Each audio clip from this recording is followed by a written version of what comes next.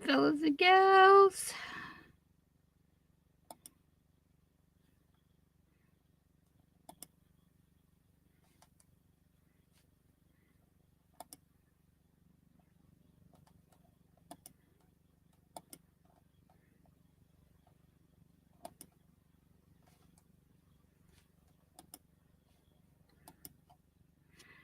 I don't know. I'm telling you, it's being a pain in the gazooska. I don't even know if that's a word.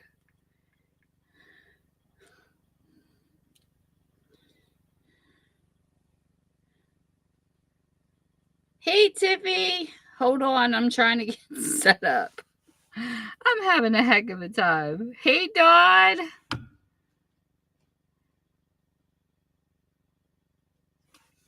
Hey, Tien. Tennessee fisherman. Yay.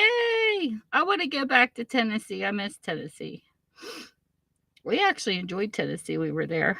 I would say, out of all the states I visited, Tennessee would be the choice that I would move to if I ever left West Virginia.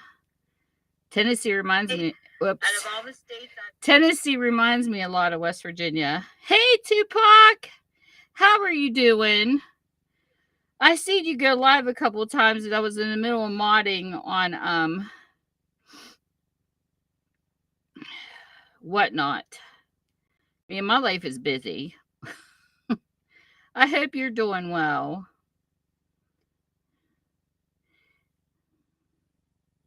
Hey, Don, we had a blast when we went there. I got really good pictures down there too. Um, we went to the Ripley's, believe it or not, aquarium and stuff. We had so much fun. We horse trailed to Douglas Dam. No, I'm gonna hit them horse trails. I love the horseback riding. I remember when we horse trailed, my horse's name was Jack. He was a good horse. You gotta get Tiffy. If you want to come up and craft with me, Tiffy, let me know. I don't know if you're prepared or not, but I can invite you up here. Hey, Penny.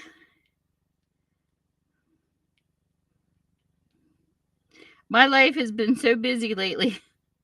It's crazy. And the sad part is on my second channel, I try to put out a video every Tuesday and it comes out on Wednesday. It took forever to upload because I don't know. I'm not having luck with technical issues. Okay, so this is my setup. I have a desktop upstairs with a printer that actually works and prints color. But when I got it, it wouldn't print color, but it would scan and print color.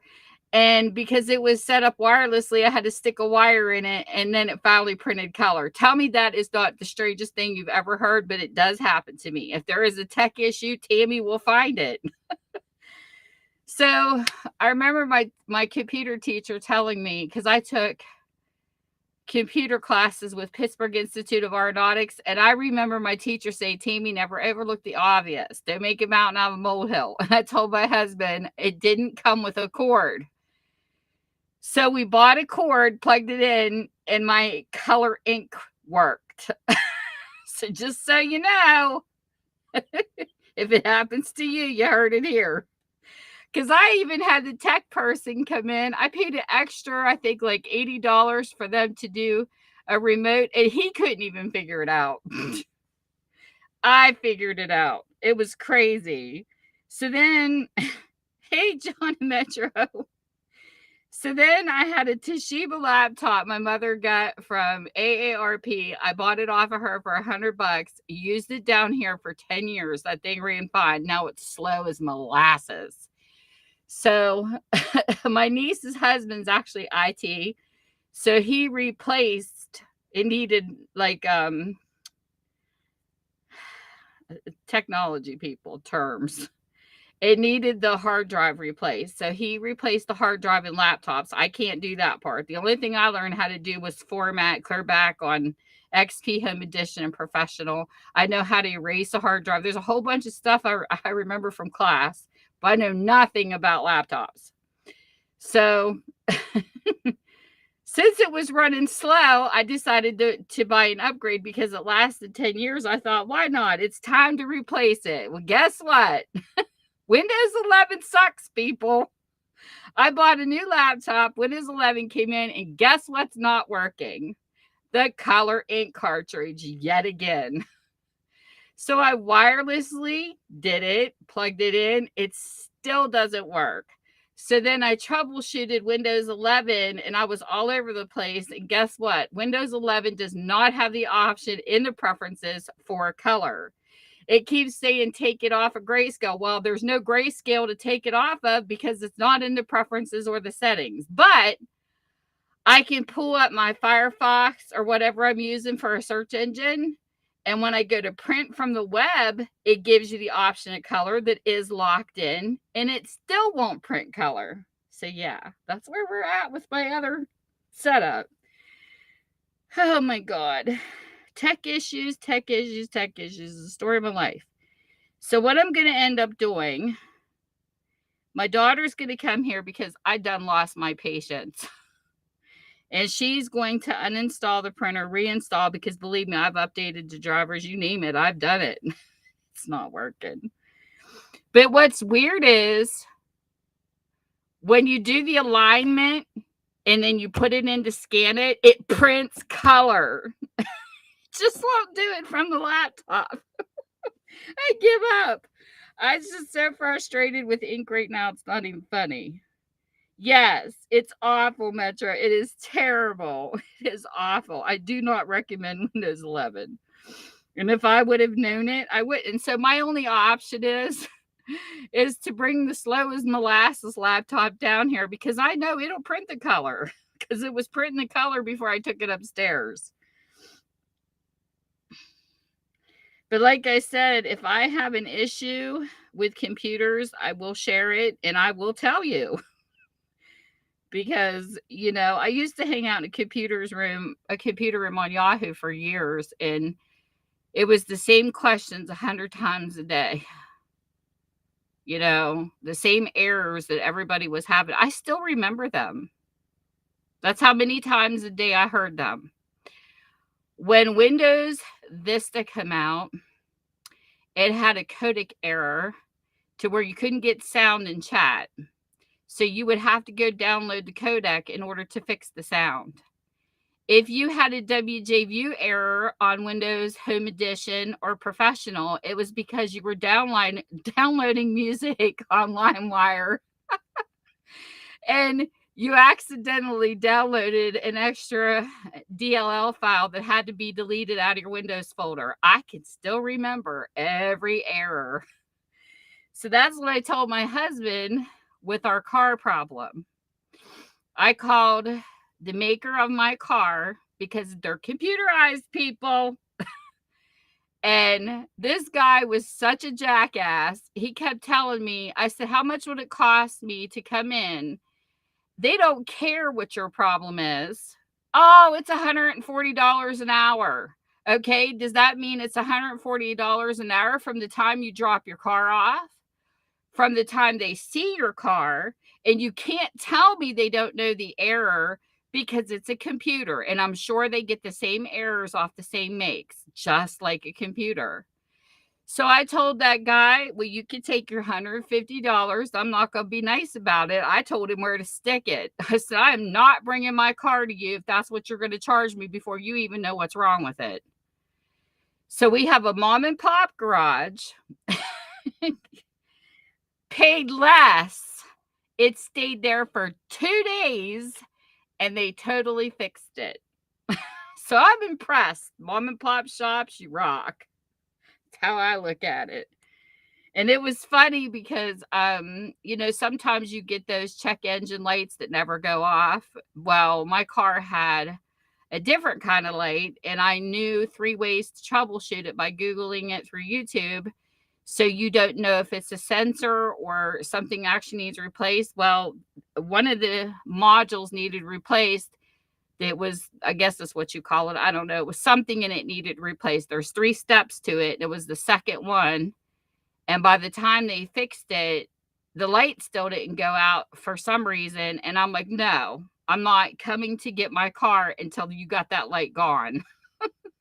Because there was a store down the road they wanted me to go to do something. I said, no, you have my car, you do it. That's what you're being paid for. You take it down and you fix it completely. Then you call me. Because we made a trip for nothing.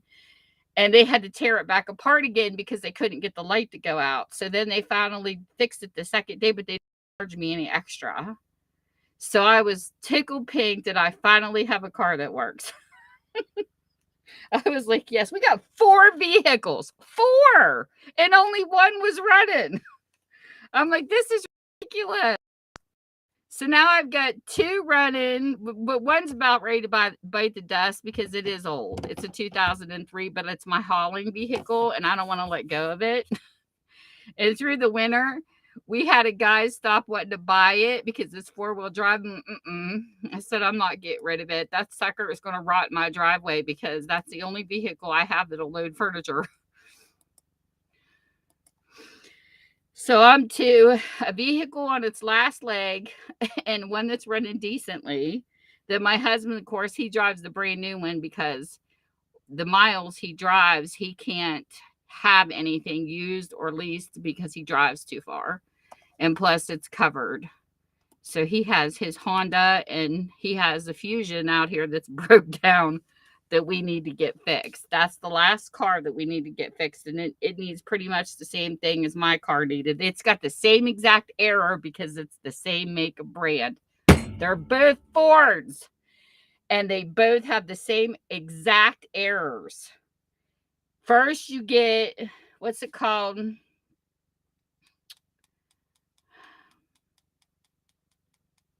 Hill Escape comes on. Something about your back wheel drive. And you get this light that comes on. And it's the same exact identical thing. And what's funny is one's newer than the other. But like I said, they're computers. See what I'm saying? So what fixed my car is going to fix his car. Yes. But he has a Honda and a Ford Fusion. I have a Chevy Blazer and a Ford Escape. And I am not ready to part with my Blazer. But I have to say, out of all the vehicles I ever owned, come on, I'm just gotta get with me. What is the favorite vehicle you all had that you never wanted to part with? My favorite, I had that sucker for 3 years, and I absolutely love that car. And I hit 3 deer with it and never put a dent in it because it was metal. It wasn't that fiberglass stuff. It was I'm trying to get the exact, I can't remember the exact year because it's been a while, but it was a Monte Carlo and it had a sunroof in it. And I freaking loved that car. It was an SS Sport and it was amazing. That was my favorite vehicle of all time.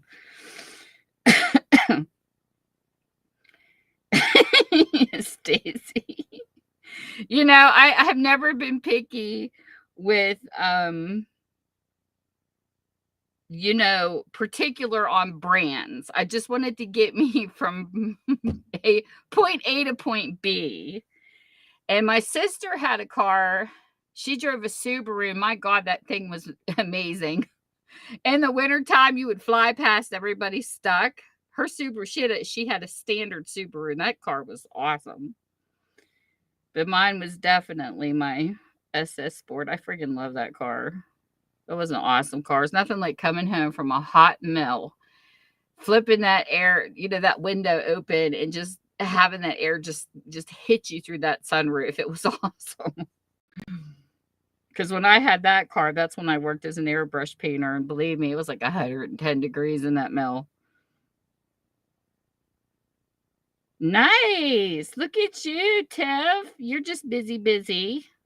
I'll tell you another person that studies in here is Ty. She's a real good person. She buckles down and studies. She does a great job on her YouTube channel because of it too. There's my sassy Sandy. I told her before I come on here, you know you're getting old when you got to take a nap to get your putt-putt juice. That's what my grandmother used to tell me. So earlier today, I opened some of the most amazing boxes that I think I have ever received. I didn't do a Sunday Fun Time mail on these because I'm sick of shopping. I'm sick of doing unboxings. But I had, well, my husband, what he ended up doing with my SS Sport tie, it was getting old and he was afraid that it would go, you know, and I forget what the engine was, but whatever it was, he turned it into a derby car. So he was out in Pennsylvania and he did the derby, the smash derby. So he built this square wooden box. He had the engine in the center of it to protect it.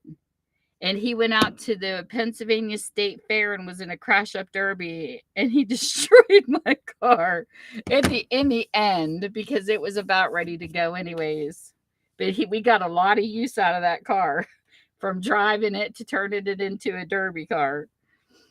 But I hated dropping it off at the junkyard. It sucked. It was like, I just want the car. And it was kind of like I can't describe the color. It wasn't like a midnight blue and it wasn't a pale blue. It was dark though. It was like a dark color, but it was really pretty car. My favorite color too.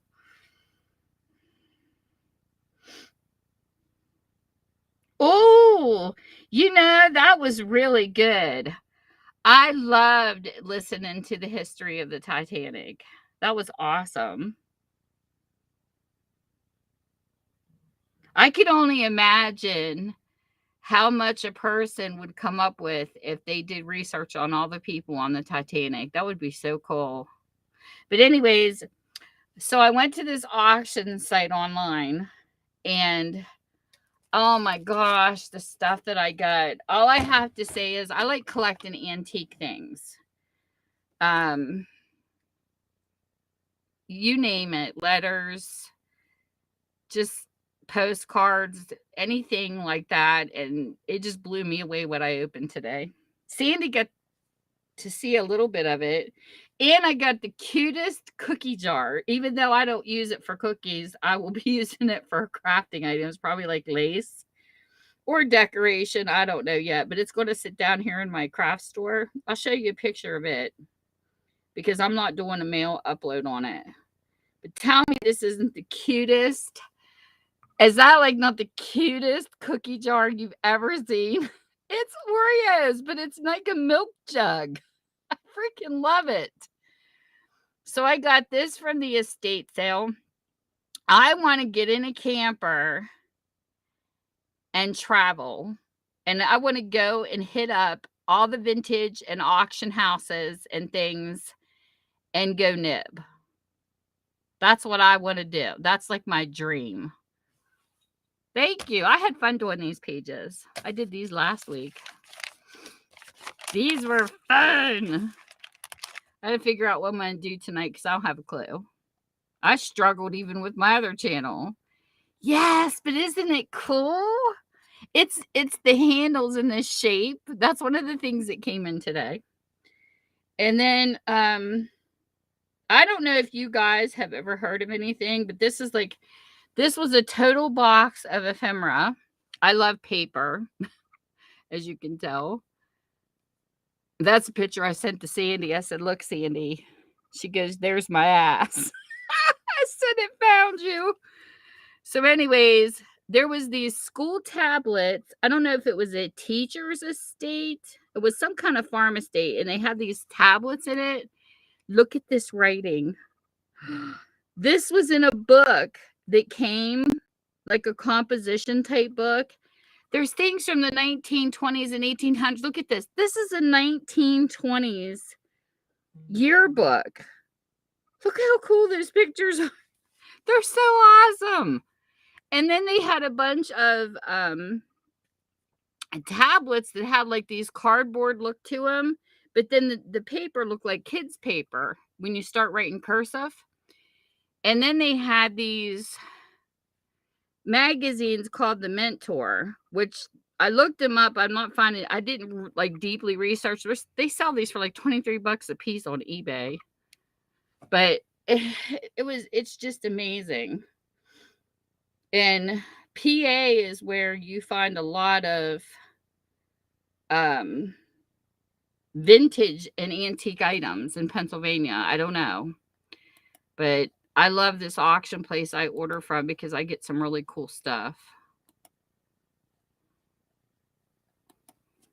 There's a few auction places I like online.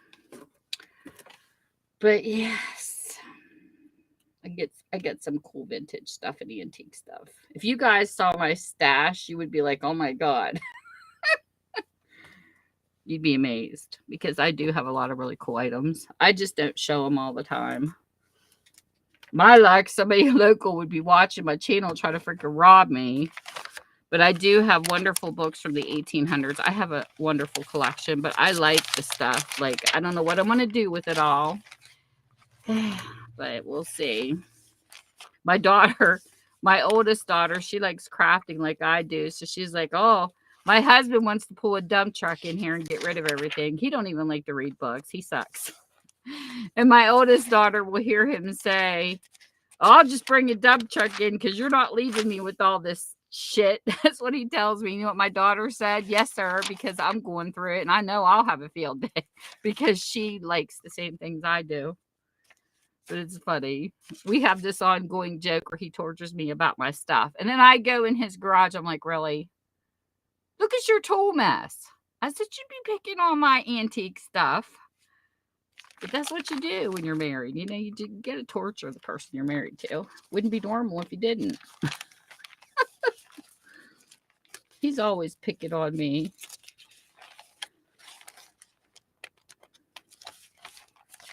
Okay, let's see here. Where are we going to put you? Thinking about working with this turtle, but I don't know where I'm going to put him yet. I guess I could do these 2 pages. We could put turtle over here, but what am I going to put over here? I don't know. Let's see. What are we going to come up with tonight, people? I don't know. So, we can do...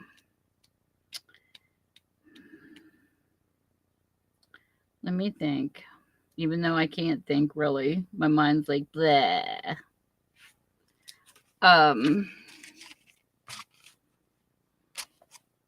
First, we're going to cut him out. We're going to make it prettier. This picture, we're going to weave it because I like to weave it. So let's here. We'll start here. I told Sandy we need to get a camper. We need to hit the road. She says we need to have our own auction house. I said that would be so cool. I could deal with a road trip. I would love to go on a road trip. I can't remember the last time I've actually been on a trip.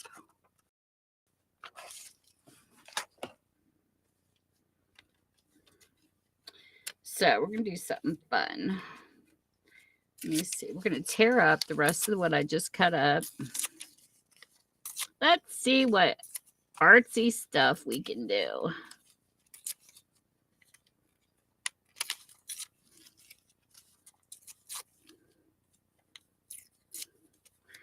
Why? You shouldn't be jealous. It's just fun stuff. So we'll take this.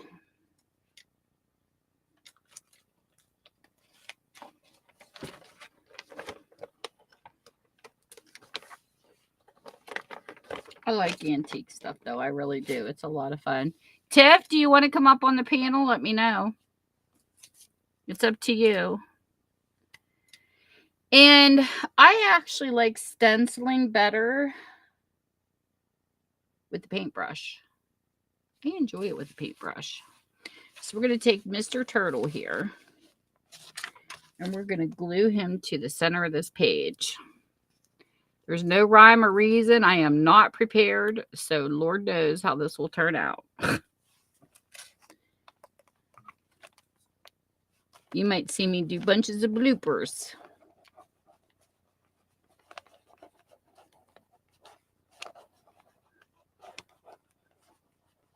Sometimes it's good to plan, and sometimes I don't know. I do good both ways, I guess. Sometimes I do good when I just wing it, but we don't know, you know. Like I was working on a journal. I never did finish that Christmas journal. After my was hacked, I just started for it. I was so mad that week. That it's like, ugh, I just couldn't get into nothing. So we're going to use a new stencil tonight. I don't know which one yet, though. These are ones I got off of Tina and Teresa because that's who I started doing mixed media with. And I do enjoy mixed media. Since I started doing it, I've been having so much fun with it because it's just, she's right. Tina's right. There's a lot of freedom in doing mixed media to do it however you want to do it. And it's cool. So we're going to go in with this. And let's pick. We'll do, this color's different. That's like a dove gray. Let's see here. We'll do some white. What other color? How about I'm looking through my stash over here.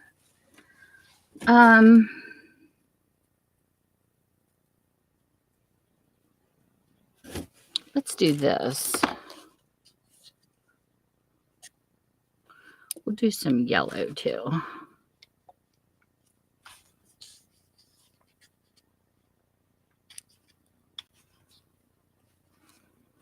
We're just going to be random. Oops. First off, let me do this before I make a mess.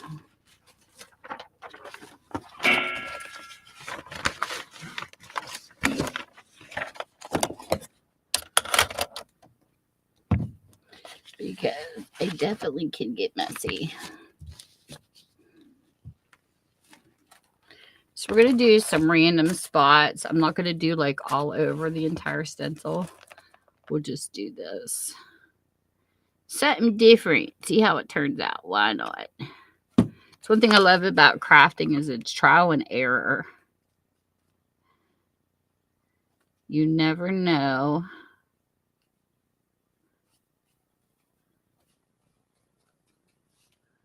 how something's going to turn out until you just play.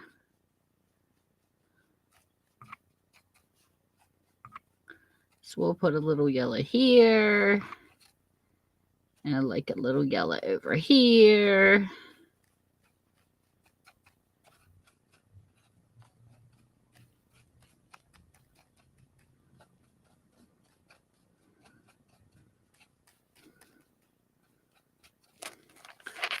And then we'll pick that up. We're going to rinse this brush. And we're going to grab another one. And we're going to do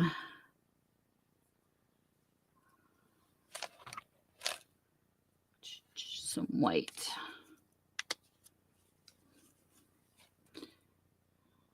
Love having lots of brushes. So we'll do like a little bit of white right here. And a little bit of white right here. A little bit over here. We'll just move it around. A little bit up here. It doesn't matter if it hits the turtle. A little bit over here.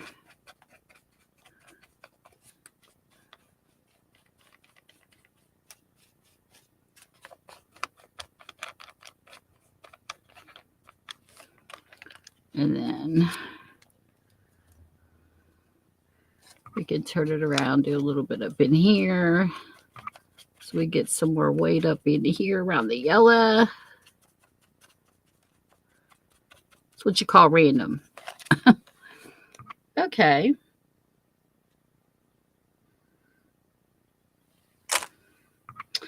And then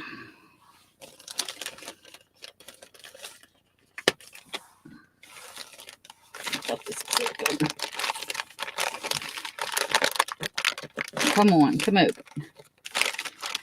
There we go.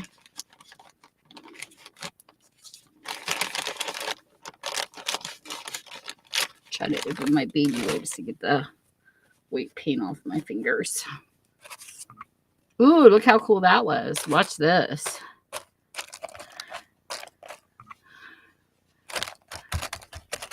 This is cool too.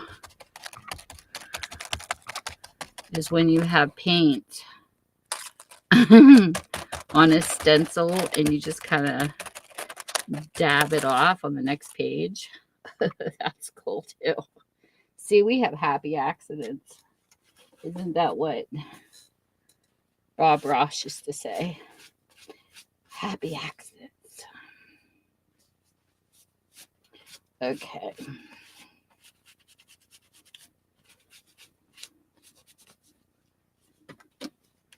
Let me clean this stencil off just a tad.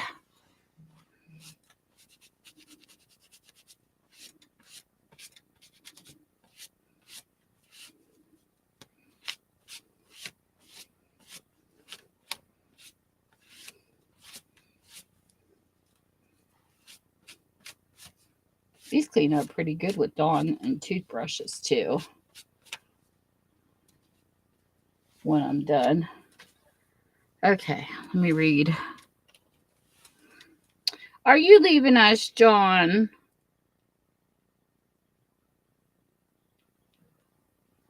Will you have a good one, John?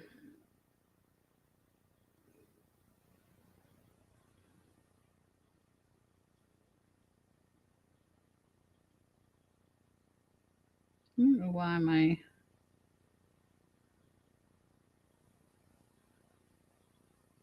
that must be acting up.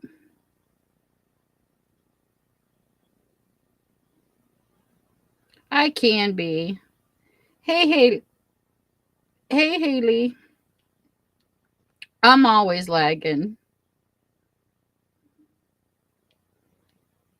I'm an old woman, Haley. I always lag. You take care, John.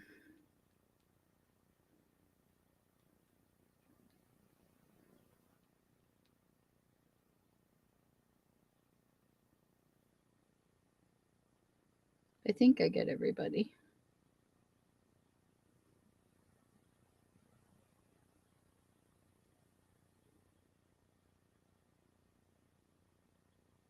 Taco sounds good. Are you ready to come up, Tiff? You never did answer me. I'm watching the chat. You want to come up and craft with me? It's up to you. Or do you want to prepare? You are more than welcome.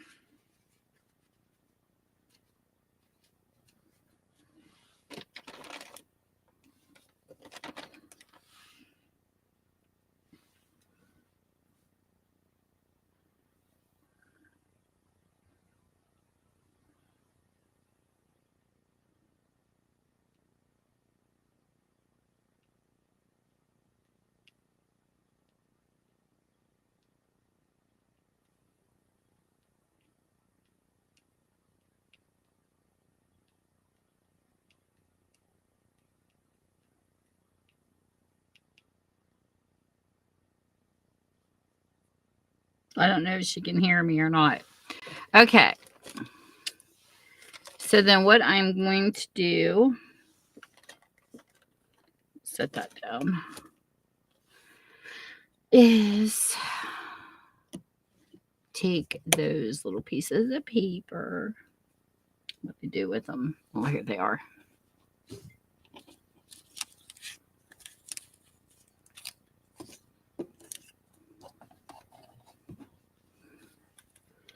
That we cut the turtle out. This is a good way to use your scraps. Scrappy, scrappy.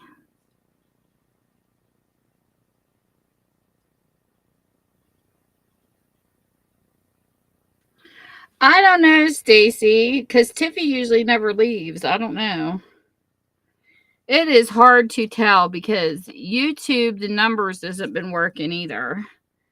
Been more or less people in my stream than what I see. So I never pay attention to the numbers, to be honest. Like, I never look. I just keep on crafting because it seems like I say that, because I thought the numbers were malfunctioning. And then somebody said, I'm still here. And it didn't even look like they were here. So I don't know. Who all was in the chat? See, that's what I mean. You can't go by the numbers. YouTube lies. And another thing too, I want to clear up. This is a rumor, okay? And I do want to clear this up because I have seen proof of it. You do not have to give somebody 30-second watch time for their channel to stick.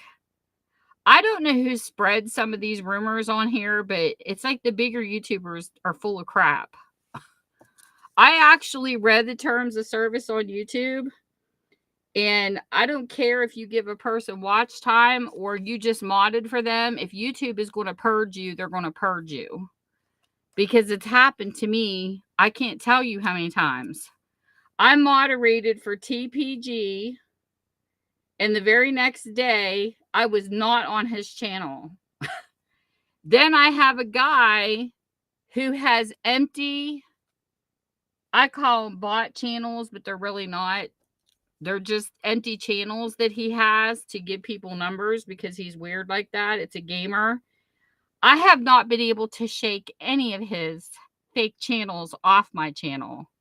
So it's like really weird that when YouTube does the so-called bot purge, I've never lost his. He's got 15 sitting on my channel that he won't move. And they have never left. Not one of them.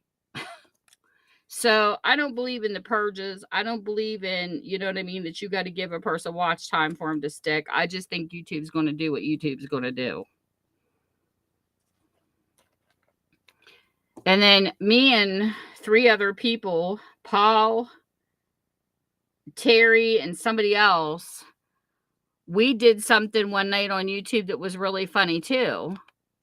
When we shared our channel links, we lost more subscribers than if we didn't. We put it to the test. And I'm not kidding. When we shared our link within YouTube, for some reason, the next day, we lost 20 people. And there's no reason for it. Because we gave everybody watch time like people was saying, and it didn't matter. It's crazy that the rumors you hear on here. That's just like this one gamer. One time I was in his stream. He was telling people. He had like 30,000 people following him. And he was literally telling people, all you have to do is give people a 3-minute watch time is all they need every time you go visit their channel. I told him, I said, he actually asked me to leave his stream because I called him out on it in front of everybody. I go, why would you tell people that? When people are monetized, I give them full watch time. I never, ever go in and watch 3 minutes and leave. I just don't. Now, if it's a person I have added, which I try not to do, in like a networking stream, because one time there was this content, I had to like leave that channel. I just didn't say anything. I didn't give him a thumbs down or nothing. I just unsubscribed and left because it was the worst content I'd ever seen. And I don't want to watch somebody with crappy content. And we talked about this one time in my stream, and there was a girl that knew exactly who I was talking about because she did the same thing. He had Play-Doh people doing naughty things to each other. Play-Doh. That was not my kind of content. But anyway, for me to leave, that's all I have to say. And his content was crappy. But I just didn't say nothing. You know what I mean? I just left and unsubscribed because I'm not staying. That's why I don't like network streams too much. I rather check out the person because you just get some weirdos. I think they go to the networking stream because they can't get anybody to add them, to be honest. But you do meet some good ones. I mean, I don't want to bash all of them because you do meet some good people in networking streams too. But sometimes you can meet those winners. But you just hear so much. You know, you hear so many rumors going down the line. So anyways, so I told this gamer, why are you telling people that? Because we all have our preferences. At the end of the day, we're all going to do what we feel like doing as YouTubers. And me personally, I don't like videos. I'll admit it. I will not watch commercials in the middle of videos. I won't do it. Most of the time, the people that I follow that are monetized, they have like a couple commercials at the beginning, or if they have commercials at the end, I will. But I hate commercials interrupting my show.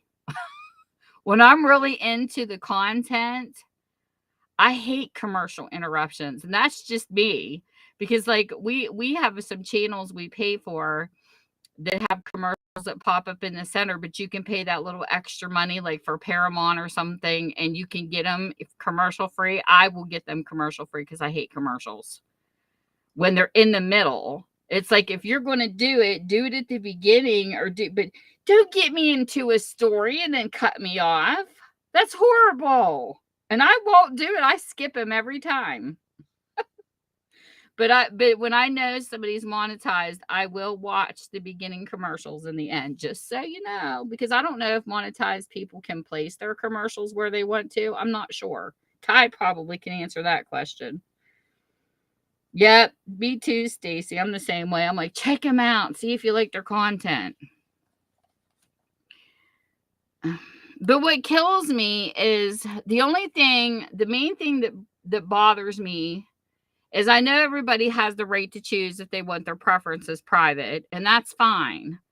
But the main thing that bothers me about a person that has their content set on private, you cannot see them as a subscriber. So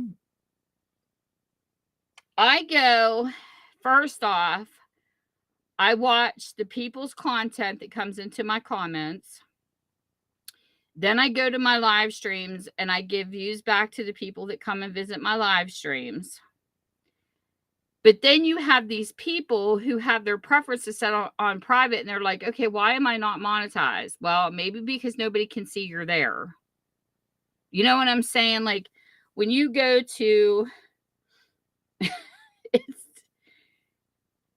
I feel like I talk to oxymorons on here sometimes, but it's the truth. When you go to your channel section at the top, you see how that's open and you can see who the subscribers are. These are all the people I'm subscribed to. Whether they subscribe back, I don't care. Some do, some don't. I can't keep track of everybody to subscribe back or not. I just subscribe to people because I like their channels. I'm not that picky of a bitch. That's all I have to say. But if you expect watch time on here, you better take your stuff off of private, because if I can't see you as a subscriber, I'm not going to come to your channel. You know, it's like, unless I see your pop up on my phone, and then YouTube will knock it off, you know, if like 5 people go live at the same time. But how I do it is I answer my commenters first. If you don't comment, you're not going to have a visit from me. If you don't come to the live, you're not going to have a visit because I can't see you. And if you have them set to private, then at least come and give me a comment so I can come visit you. And then after I catch up with those people, I go to my subscriber list on the computer because I can't see who's subscribed to me on my phone. It doesn't show me that. So I go to my phone and see who my subscription list is, and I'll go down that list and I go visit people because I don't want people to think they're just a number here. But if you're not showing, I can't see you. You know what I mean? Like I know a YouTuber on here, he's a farmer. He won't add nobody unless he can see them. He refuses. He says if I can't see you, then you're not there. So he won't add people, and even if they say I'm subscribed to your channel, he still won't. He says I only add the people I can see in my subscription list. And that's how he keeps track of them. But it's a default setting too. I think when some people sign up for YouTube, they don't know that that's there because I think that some automatically it signs up as private and then some you can set it to private.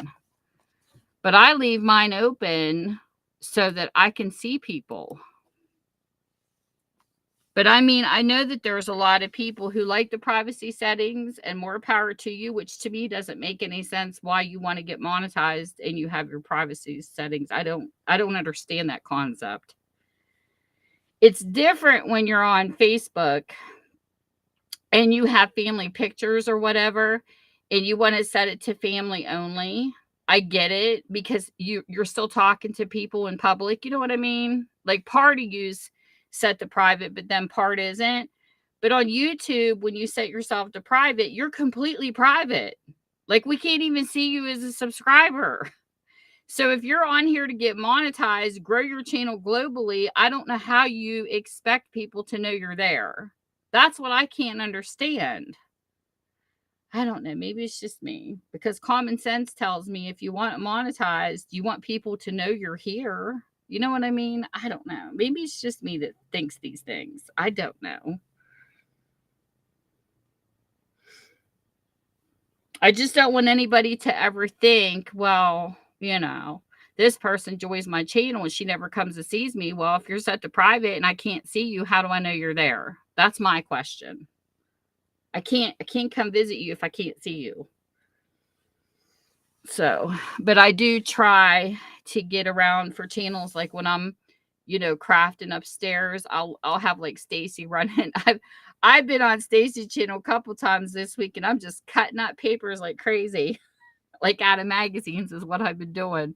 But it's fun because you can hang out with crafters and they're just doing their thing and you're doing your thing. And then Paul, he does readers, like a reader's retreat thing. And I go into his while he's reading his book. I'm crafting. So it does make it nice to be able to have people you can hang out with and just craft away.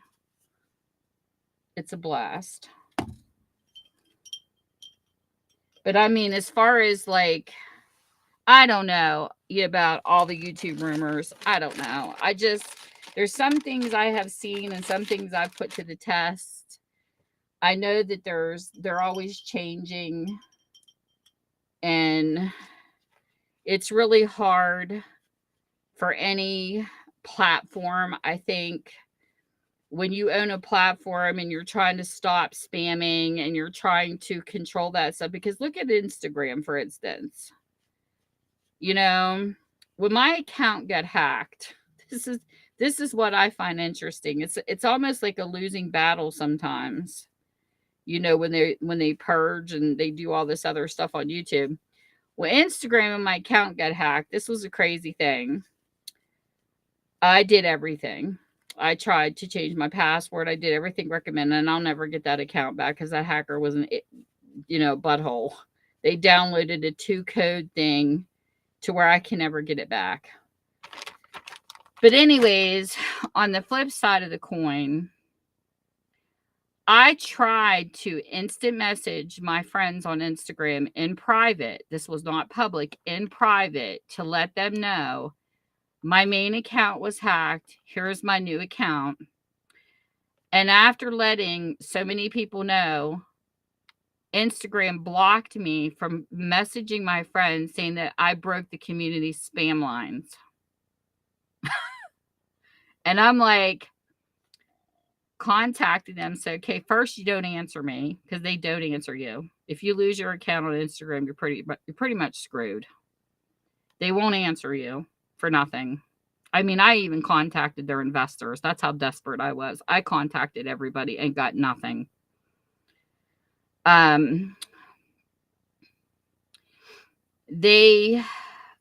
It's really sad. I don't sell on Instagram, but there are people that do. And it's really sad when you have hackers saying that they're setting up a small business and they want your help in person's account that you think you can trust, and it's a hacker.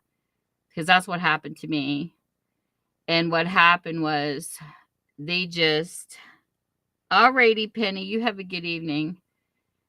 I did everything I could to fight for that account back. And the sad part is they don't even let you warn your friends.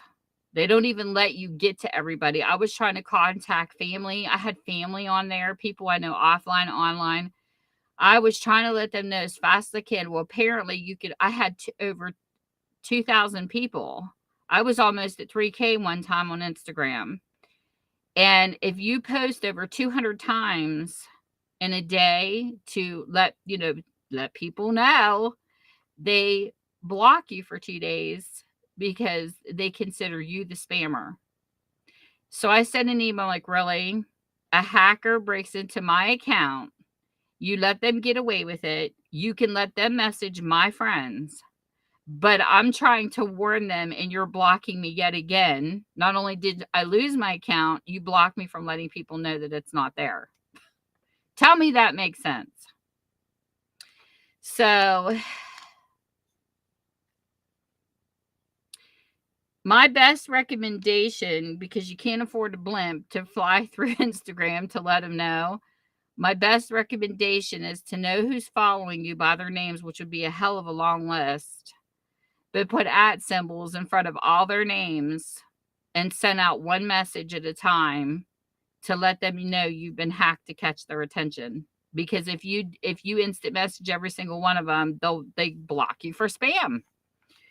So I got as many as I could, but unfortunately, one of the girls who because they trust me on there, the hacker messaged them, pretended to be me, and she believed it, and she lost all her business people on her account because she couldn't get hers back either. It's sad. And they even have prompts where you do a small short video, show your face, turn left, turn right. It doesn't work. You know what your answer you get back? I even did a homemade video on my phone and sent them a little clip of me for 30 seconds and said, this is me. Why are you not giving me an account? I even screenshotted my license. I have a federal license and even sent that. Nothing. They will not give me my account back. You know what they said? It's inconclusive. We don't know this is you. Really.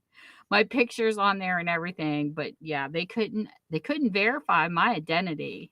And they did the same thing to my friend with her business people on her account. Isn't that ridiculous? So then I found a forum where Selena Gomez got hacked, and even her being famous with lawyers, it took the hacker to post a nude picture on her thing for her to get her account back. Is that not disgusting? I read the whole story on the forum. It was ridiculous. So, Instagram's not one of my favorite places as far as if you get hacked is concerned. But it's a nice place to post stuff that's going on because it's open and the pictures and the feed are cool. But I do not trust that. I do not trust that platform. And it's owned by the Meta company. I have their phone number, and all you get is hung up on. We're busy. Even Google gives you the telephone number and says, good luck. Basically, good luck because you're not going to get through to them. And they also own Facebook. So if a person is on Instagram, do not, just listen to me, the people who are here, please listen. Do not combine your Facebook with your Instagram. You know how when you have something that wants you to merge your contacts, don't do it. I never merged my contacts with Facebook into Instagram, and my Facebook was okay. But people who have merged their Facebook with their Instagram have lost their Facebook accounts and can't get them back either. I know somebody that lost her Facebook account and it kills her. She had a lot of personal family pictures on there that she'll never get because it's owned by the same company and they're garbage. It's really sad. I just wish that somebody could come have protection as the people using the platform. I feel like the bad people get more people. Hey, Kristen.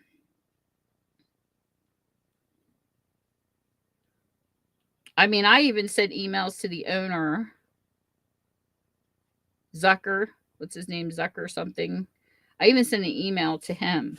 I mean, I blasted everybody. I kept putting at Instagram. Oh, I got their attention. But they didn't do a thing. They didn't do anything. So make sure whoever's on your accounts that they're the person you think you're talking to. And don't let anything, unless you hear their voice and you know that it's them, do not share nothing. And the bad thing is how the person got to me. I'll tell you how it happened. It was a person I had been following since I've been on there. Because I was on Instagram before YouTube.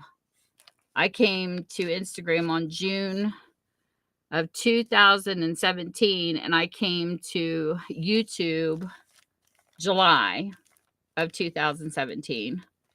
And what happened was it's all mom and pop shops on there too. There's people from Poshmark, Mercari, eBay sellers, whatnot sellers. There's all kinds of sellers on there. And this was a person that I knew and I trusted. And they said to me, I'm starting a small shop of clothing. And they said, but I have my page separate from from your personal page, which I've done that. I had a Facebook page that was my bookstore. And then I had my name on another page with a whole nother password. They sent a link that said Instagram IG at the beginning of it. It was a legit link that took you back to the main page. And I hit the link to sign up to their other page.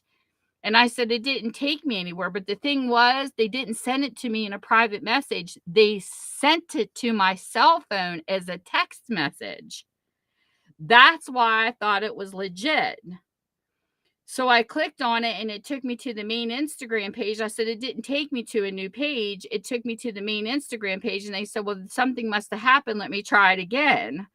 So they sent it back to my email again. And guess what? They hacked me. That's how they did it. They use an Instagram real link to hack you. Sometimes it makes me wonder if it's somebody that works for Instagram. I've questioned that a couple times. And the next thing I know, changing my password, and that didn't get me back in because they downloaded the two-code authenticator. And wherever the second one would come to my phone, because my cell phone and my email, because it was locked in, but the other one to wherever the hacker sent it up. So that's how they get away with keeping my account away from me. And I know people will tell you 1,001 times, don't click a link, but this didn't look like a hack because most of the time, you know what they look like when you're on Facebook and stuff. They're giving you crap about making money or some goofy stuff. And this person was legit. The hacker was smart to use that line though. Because, there's a lot of people always starting small businesses. And if I wouldn't have clicked on that link, if I could go back to that day, but I can't. And the person that, had a big following on that channel that they took in the first place, so they believed them too. And then, like I said, the friend that I couldn't get to, she trusted me and thought it was me because she thought, we're on to business and Tammy's going to start a clothing line. That's what she thought. It was really me, and it wasn't. So then she got hacked. And she did the same thing I did. She went through the same steps on showing her face and everything. And she's got more pictures than I do. And she couldn't get her account back either. But I like sharing this kind of stuff because I think people should know that it happens. You know, that it can happen to anybody. But it was really interesting. All the the stuff that I went through, and I couldn't get it back. It still blows me away that they didn't even care to answer.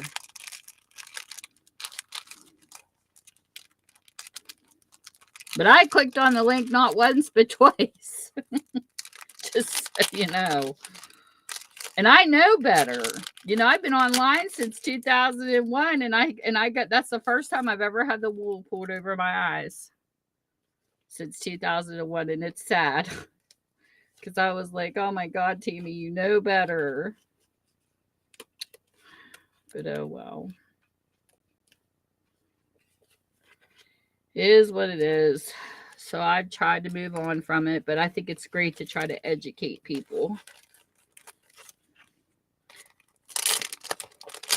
And there was a YouTuber one time, she was at 20,000, who the lengths that poor girl had to go back through to get her YouTube channel was not even funny.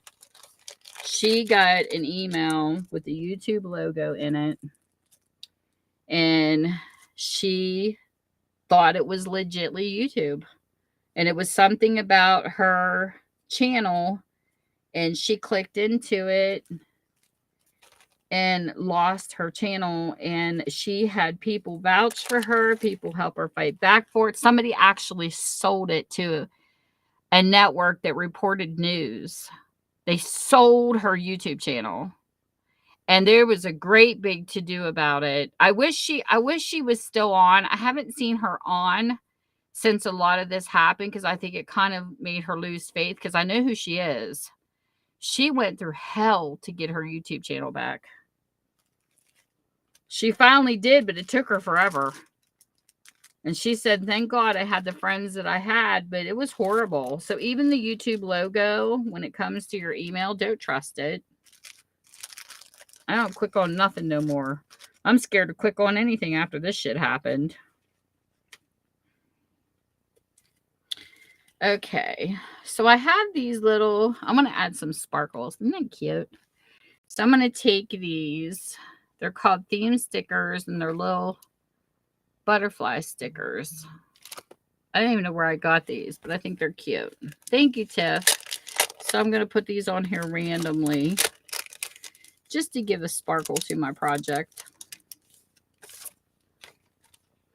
But yeah, it's crazy.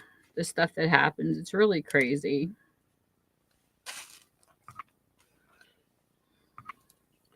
But it makes you question a lot of things, though. You know, when you go through something like this, it makes you wonder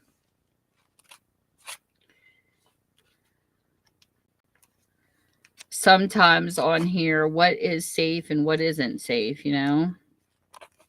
I'm always questioning stuff now because of crazy stuff.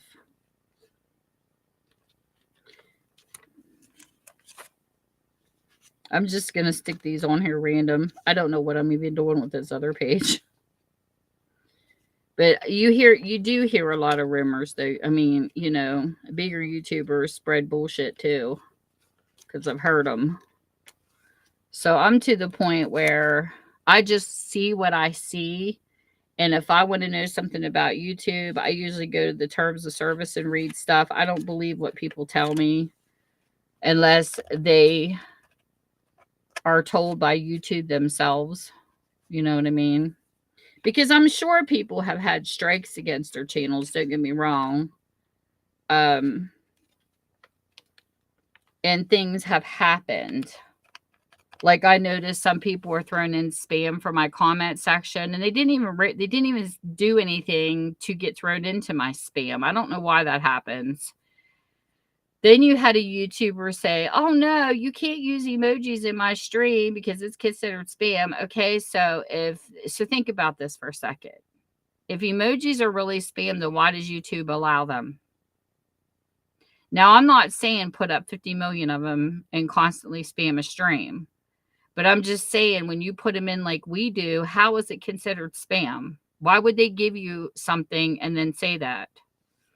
And another thing too, the word subscribe is allowed. It's on your YouTube button that you are allowed to say, I went and I did subscribe to your channel. I know that sub is picked up as spam.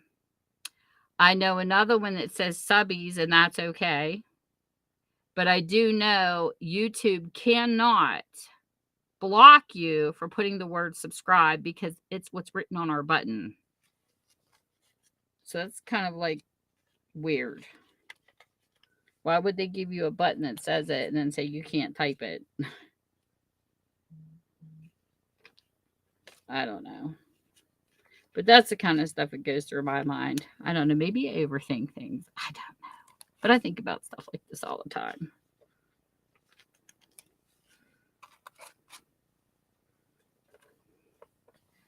I always tell people I hug their channel. I hugged your channel.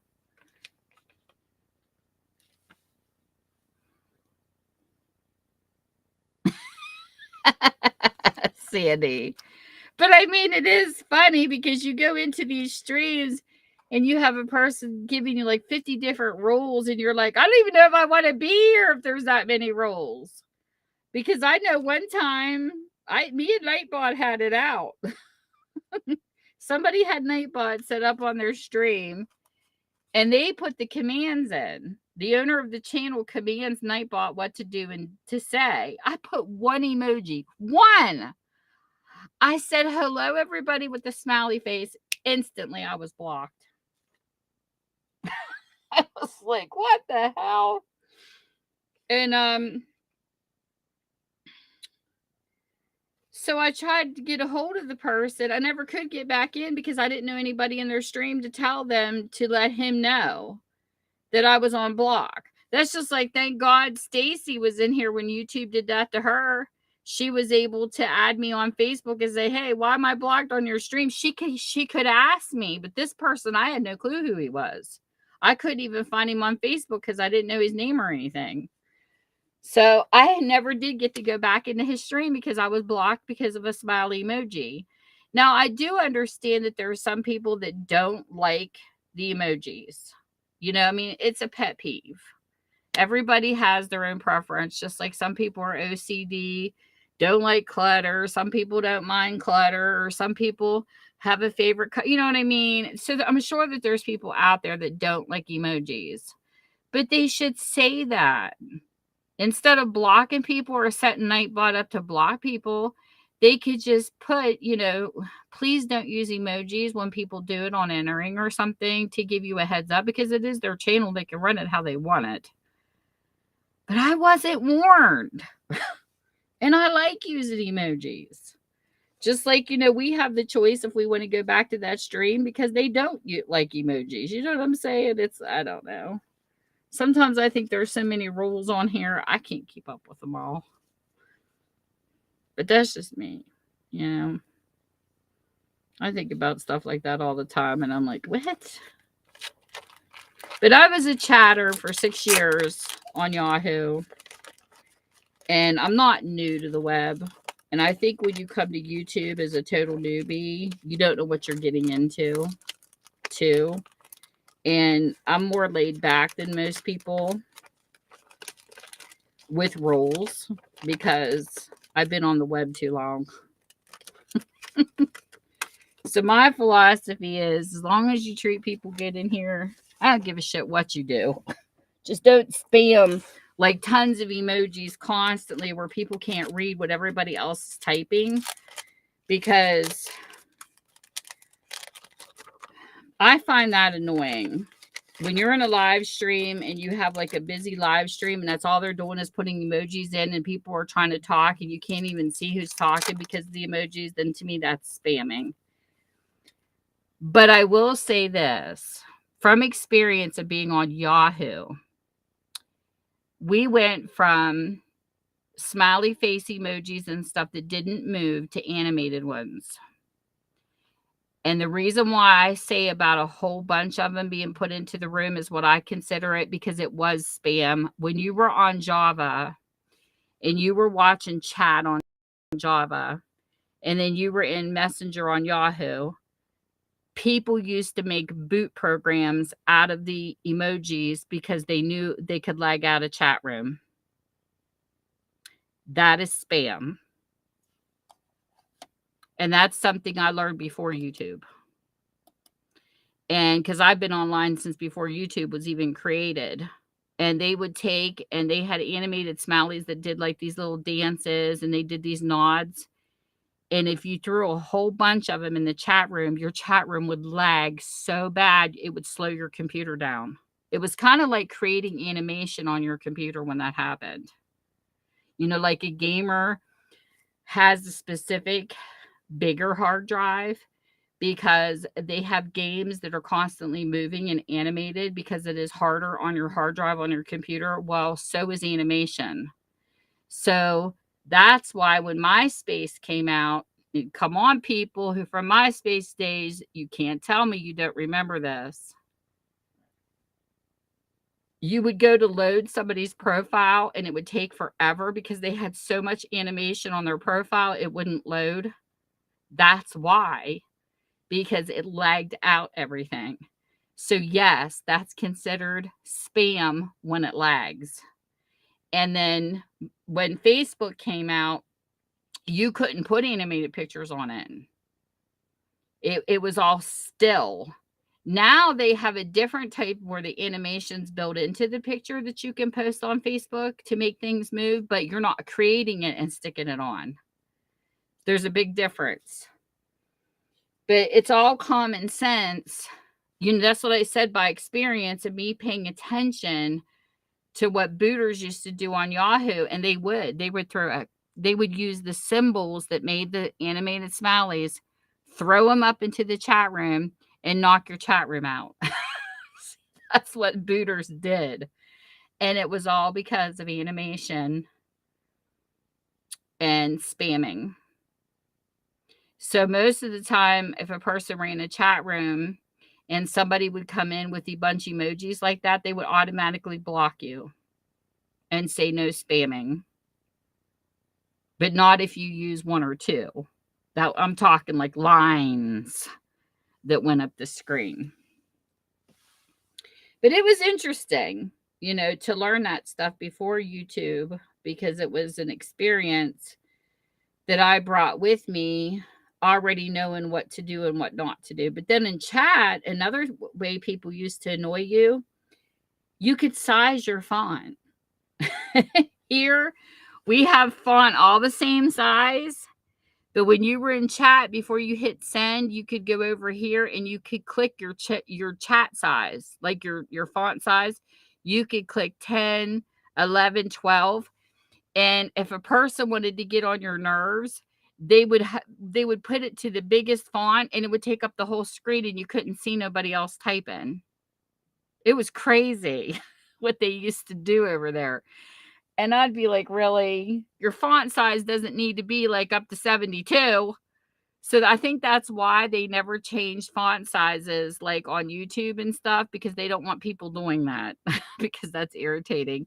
You'll see a great big letter shoot up your screen in chat. You couldn't even see what the letter was. That's how giant they were. And they would just keep doing it and doing it and doing it to try to get your attention and to hog the chat room.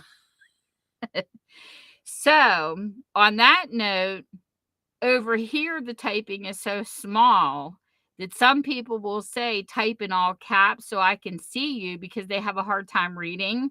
If you typed in all caps in Yahoo, you were automatically ignored because people would say in the chat rooms, don't scream at me. Don't be typing all in caps at me.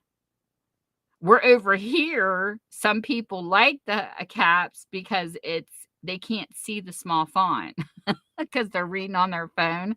So it's funny. You know what I mean? Transferring from one platform to another, the rules. They're all over the place. I don't type in capital letters, and I don't like it when somebody tells me to in their chat room because of that reason. Because if I would have done that on Yahoo, I'd have been slapped on ignore. So it's a habit for me not to do it. And there's a YouTuber on here that says, whenever you're in my lives, only type to me if you want my attention in caps. I won't do it.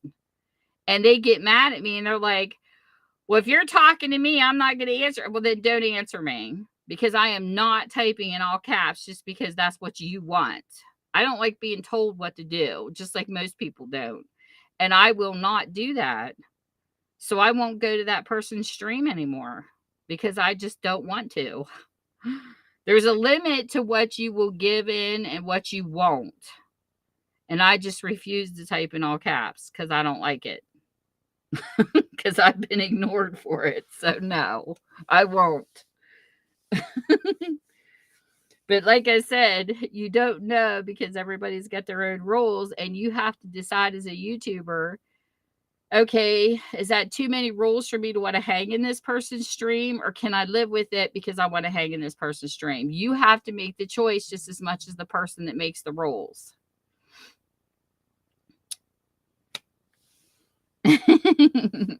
So that's how you do it. You have to make the decision where you want to hang. And I will not hang in a stream that tells me to type in all caps. I'm not going to do it. I just won't ask the person any questions.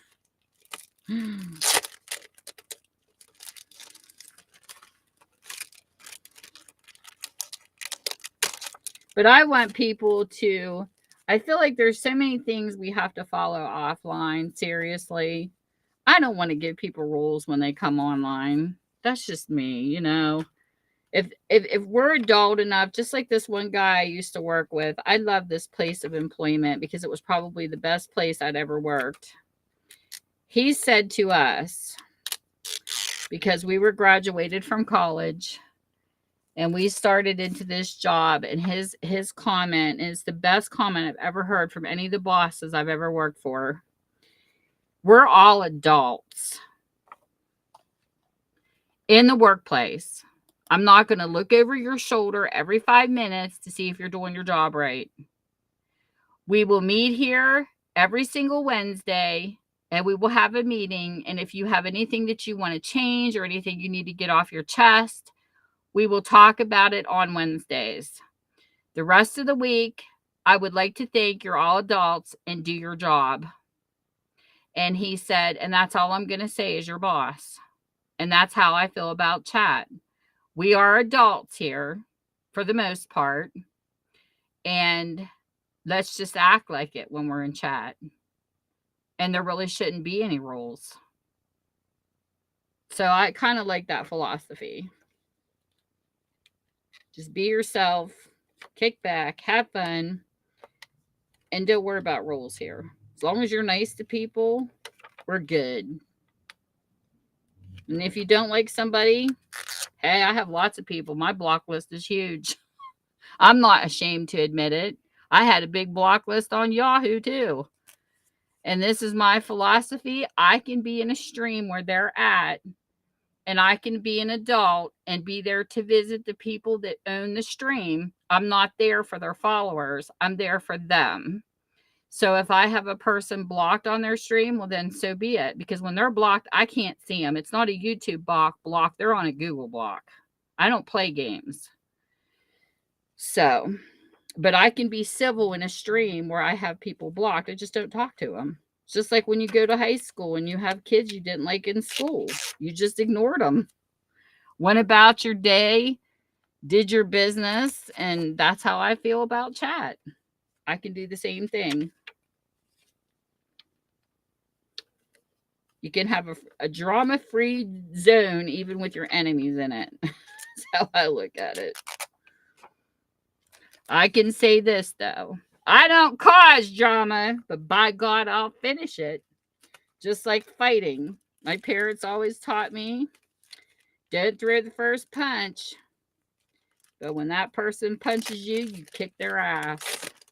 That's how I was raised. And whether I got my butt kicked or not, I give it my best shot. But I didn't cause the fight. I just finished it. Because that's what my parents taught me. That's how I was raised, and not going to change. I'm 57 years old. That's just going to stay with me. But I try to keep peace with people. I do. You have to do something pretty stupid for me not to like you. Because believe me, I've been around a lot of people. It's done a lot of crappy things that I'm still friends with. But if I'm no longer your friend, it's because you did something to lose it. And I do believe in giving people a second chance, depending on what it is. And after that, we're done. There's no third time's a charm with me. I don't have time. Life's too short. It's over in a blink. And I'm going to enjoy it while I'm here, whether I'm being naughty or nice.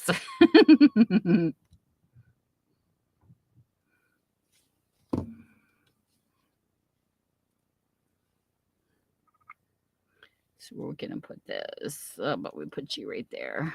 We're going to stick some random flowers. I don't know. I'm just grabbing stuff. I don't know what I'm doing. I'm not even thinking about it, really. I had some pictures.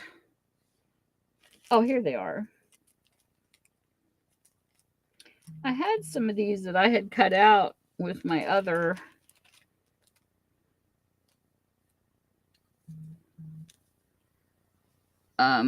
channel, and I had them mixed together, so I'm going to take and use these up too. These are just random magazine pictures. Look at that one. That was a butterfly out of a book page. Isn't that cute? So we'll take this. But I mean, I like gabbing. I always had the shows growth and self-control check marks because I like secrets and talking to people in class. I was one of those naughty kids. And it's funny because there's another crafter I love to follow on here too. Stacy's quiet. She's a quiet crafter. But there's another crafter I follow on here. I just love her because she's like me. She just rattles off the whole time she's crafted, and she's so cute. And, you know, I mean, not saying that some people don't like their silence, because I do too at times. There's times, believe it or not, I am quiet. Is Roxy Creations. And she is so funny. She just talks away the whole time she's crafting. It's so stinking cute. You never know what topic she's going to talk about when she's crafting, and it's adorable.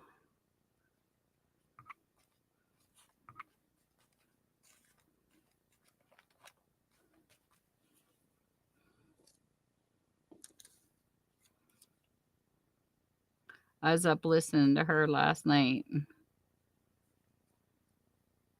She was creating a real cute thing. She's been on here for a while. I think she's English. But I'll tell you who I really think is cute is I love Janet Nash. She's just awesome. There is just something about that crafter that reminds me of Mary Poppins. Yes, I do get quiet, Sandy. Believe it or not, I have my moments. Especially when I'm sleeping. But then again, I hear I talk in my sleep too, so who knows? But Janet Nash is like the cutest crafter ever. And I tell her too. I just think she's so funny. She's got that Mary Poppins type of voice. And she's just so cute. I just can't explain Janet. You have to watch Janet. She's been in here before a while ago. She's just a cutie patootie. She's like, I said, you were just the cutest person. And she's like, well, thank you. I leave her the cutest comments because she's so funny. She's adorable. She sits in her sunroom. Sandy, you've got to watch her one time. She sits in her sunroom and she crafts with her cup of tea. She's so English. I love it. Here, I'm going to put her in here. I put her channel in here last week. I'll stick their channels in here. You guys got to check them out. Just go listen, follow. I think.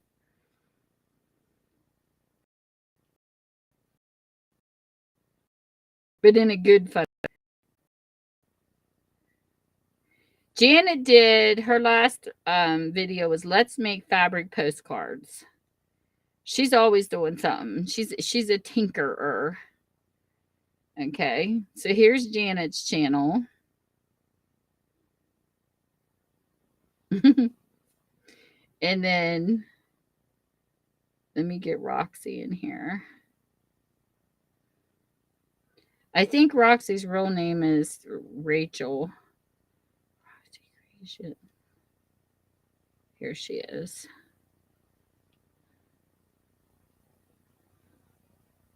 Crap, I don't know why I'm not subscribed to her on this channel. I am on my other.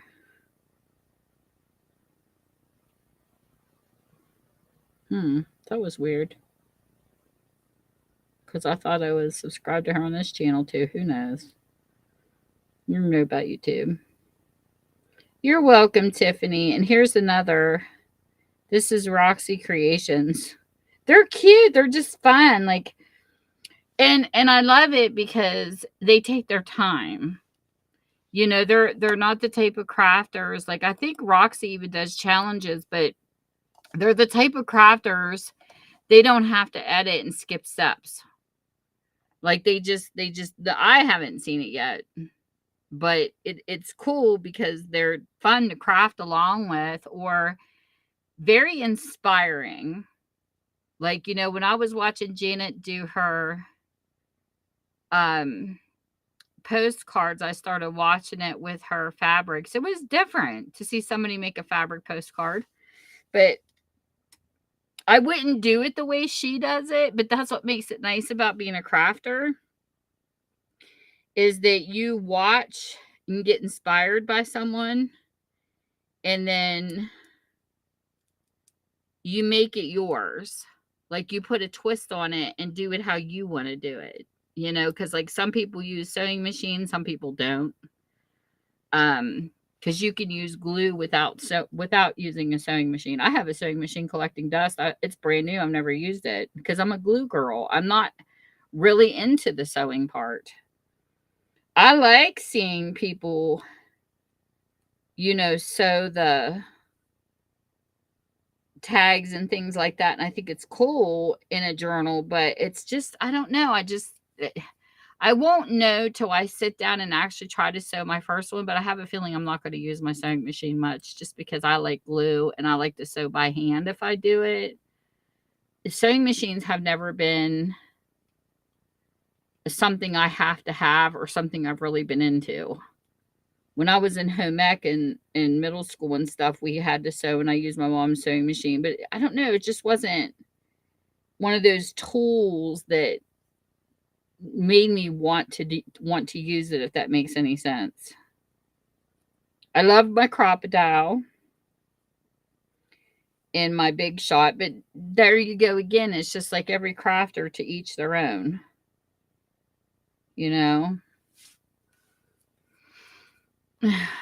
It's finding your tools and finding the things that you enjoy doing, and in the end, you're going to do what you're going to do. So. But I look for other alternatives. There's a lot of people that use glue sticks. I have a heck of a time with glue sticks. You should see me with glue sticks. I'm a terrible glue sticker. I have glue sticks, but they're not my favorite adhesive. Because most of the time when I used to use glue sticks, even as a kid, I would rip the page. Like, it's a talent to use a glue stick. If you, especially when you're using magazine pages, because they're so thin, like, you got to watch how you swipe things and how you do stuff. I was watching somebody one time as a crafter, laying down a napkin, and there's no way I could do napkins the way that crafter does. I would be ripping it to crap. So what I ended up doing is I found my own way to do napkins. You know what I mean? Like, it's the whole point. When you're a crafter, is like you find your way of doing things. It's not necessarily what another crafter does.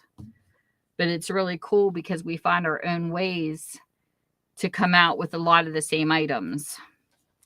But I do like it when you're the type of crafter I like the best is one that gives you options. Like, I was watching a crafter one night and one time, and she said, "Oh, you have to take it over to the sewing machine and you have to show." No, you don't.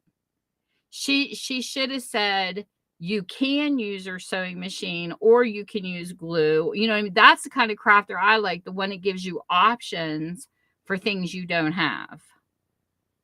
So there's nothing set in stone. You can, open your mind to many different potentials of doing things. And that's the kind of crafter that draws my attention the most. Because I try to do that. When I'm teaching something, I'll be like, you can use your Big Shot to make tags, but if you don't have a tag, you don't have to use a Big Shot. You can take the corner that you just cut and flip it and then cut the other side the same. There's other ways you can do it if you don't have the means, because a lot of people can't afford some of the tools. There's people that are poorer and people who have the money to do it, but you can give suggestions. But I like using my Big Shot because I like the Big Shot and I like dies, but it can be an expense because you're buying a bunch of stuff to go with it. But if people can't afford that, then you should show another option for the ones that can't. That's why I try to be open-minded when I'm teaching something. At least I try to be. And I forget, it happens. But I never tell anybody you have to have this or you have to have that. It's suggestions. Because I don't have a lot of tools crafters use. I see people talk about the Gemini and all these machines like the Cricut and all that. I'm not interested in any of those. It's just, it's not my thing to want to go out and buy one more thing that you got to buy a whole bunch of pieces for, when I want to keep it as simple as I can and as costly as I can. I don't have to have all that. I'm not in a competition to be the best crafter on here that I've got to have all the supplies. If a person wants to try them, there's nothing wrong with that, but it's just not my thing. My daughter has a Cricut and I just could care less about it. It's not my thing. And that's what I love about the crafting community and field. It doesn't have to be your thing. You do you. That's what makes it fun.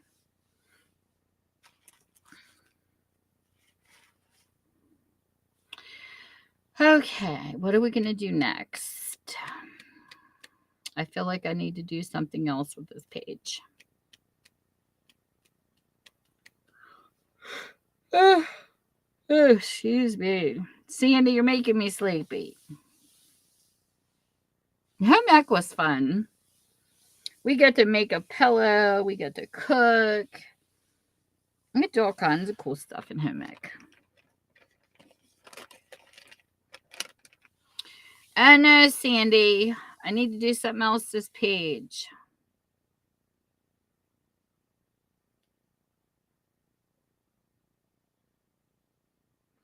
How about...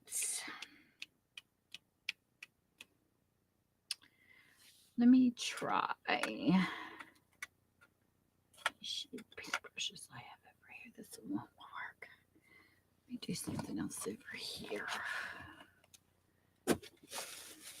Where was that gray color I had? There we go. This is the gray. You did, and I missed it. You know what? You might have been live when I was modding on Whatnot, I bet.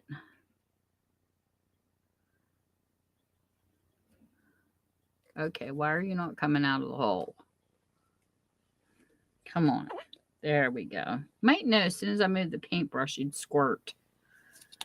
It is what it is. I can use it here too. Let's do swirlies. Do swirlies?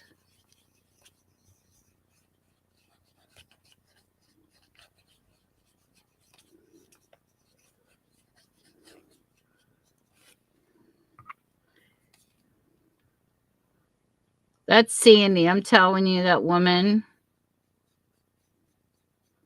she's a talker. Don't let her fool you.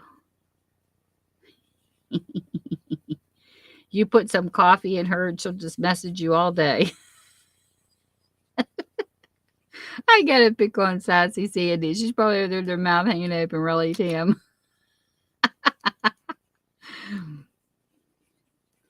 See, when I met Sandy, she used to enjoy her coffee by herself. Now she doesn't have a chance to.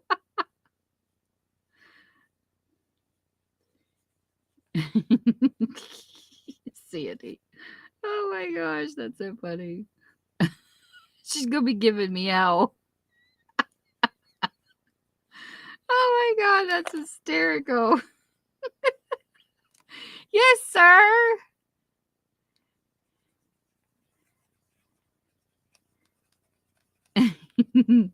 I get up and have my morning coffee, and there's Sandy bombard me. I have to pick on her. This is so funny. You're gonna see Sassy come out now. She's like, leave me alone. My coffee time. That's what I told her, but she kept bugging me. Sandy. Oh my gosh.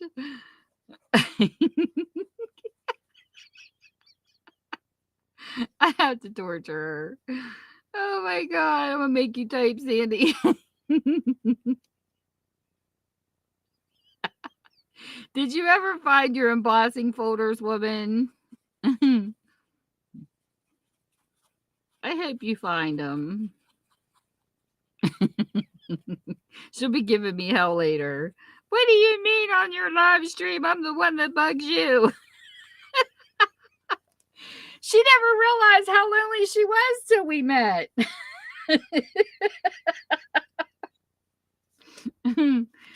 Oh my gosh, Sandy, you're a riot.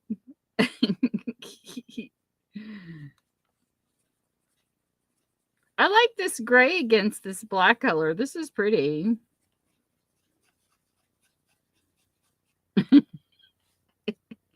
There's Tina.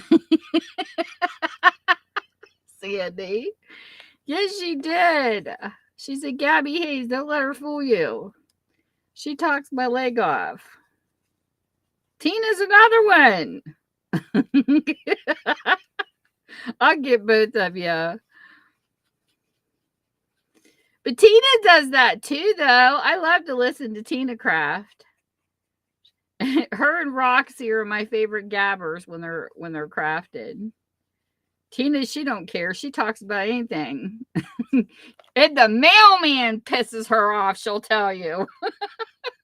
I love it. I love it. I love Gabby Crafters. I can't help it. And then there's times it's like, leave me alone. I get to pick on my favorite crafty buddies. I always tell everybody when I buy certain things to do with mixed media, Tina made me do it. I blame her for everything. I know you will Tina. But that's why I love my sassy crafters because they don't take no crap. Oh my gosh.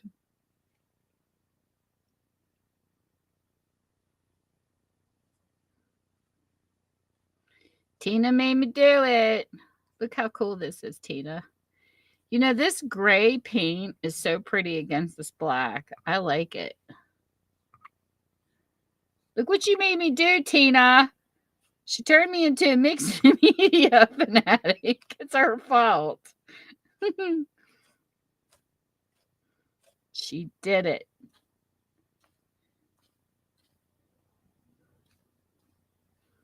She makes me want to be a kid and put an apron on and play and paint. It's her fault. I used to love this as a kid. Kindergarten, we had these little smocks we had to wear, and they used to let us finger paint at the easel. So it was a lot of fun. Okay, we're going to continue to use this paint over here, but this one I'm going to do different. We'll do lines. Tina and Teresa with their lines and circles. I love it. These look really cool on the edge of the pages too. I don't know. Teresa does it sometimes. I'll be watching her, and she has this her own like technique where she'll use a stencil, and I mean, she like floors it with paint, Tina, and she wipes it up, and she's got this beautiful stencil, and mine's all runny. I don't know how she does it. I can't figure it out. You know, so some people have that magic touch when they do certain things. I can't figure it out. I tried to do one of her stencils on one of my pages that, you know, watching her, and mine turned out looking like a blob. I have no clue her technique. And she doesn't edit either. I just can't figure it out. She like did something with a sponge and it looked so cool. But when I did it, it looked like a big old blob. Hey, it is what it is. Gotta spend money to have fun. I can't imagine how hard it is to keep up in paint as a crafter like this, because man, you get your paint really fast when you have the little tubes to the big tubes.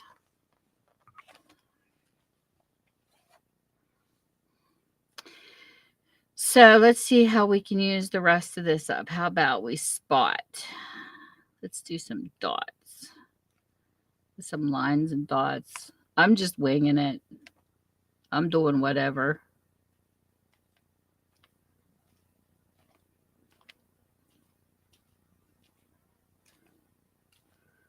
So how did you try to print off any of your digitals that I sent to you yet, Tina?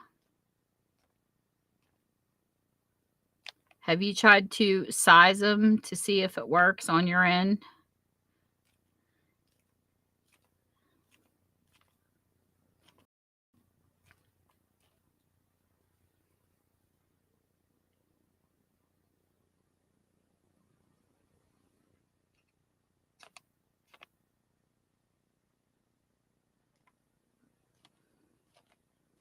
Sandy does mixed media too, Tina, but we can't get her up here.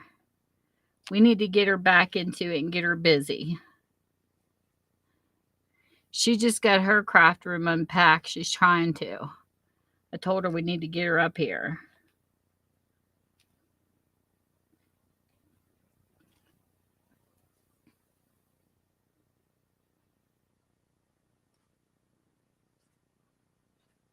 I'm kind of doing a little slash thing. This is different. Okay, I think I put enough on.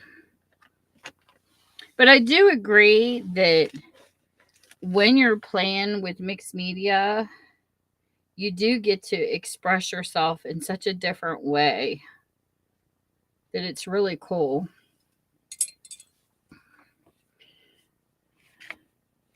And I have been getting a lot of compliments on the pages I've been doing, so I must be doing something right.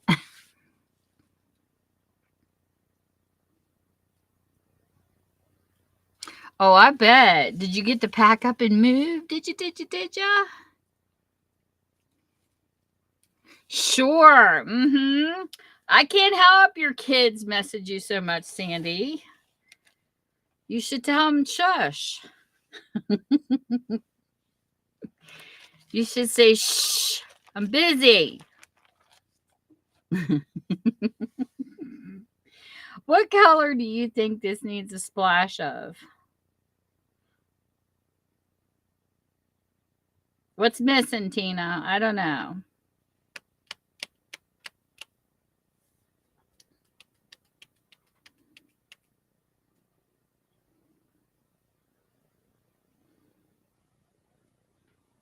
I love this page. I think this page is really pretty. I feel like this one needs something though.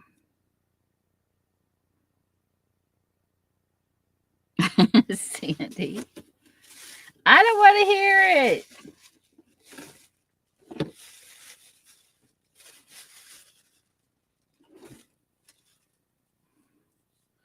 Maybe like, let's see what this does.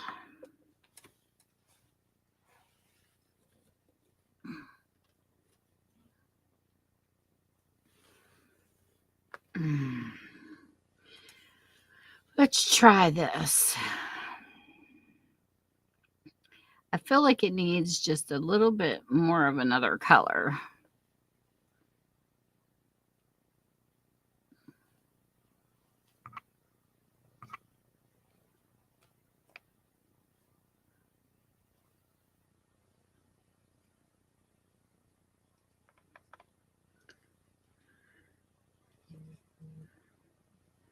Maybe just like a random squish. Oops. Well, that really got a squish.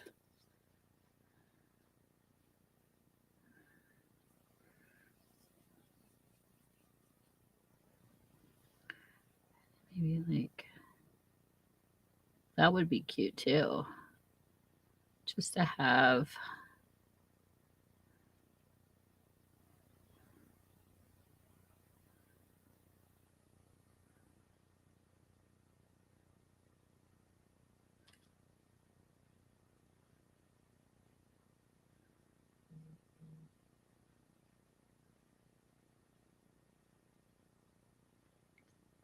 Don't got to be straight. Just a little dabs of this and that.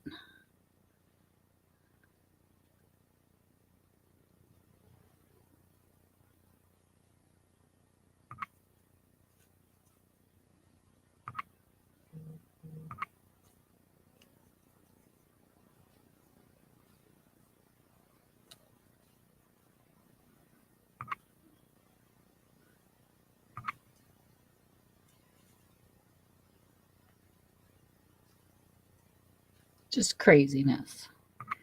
All over the place.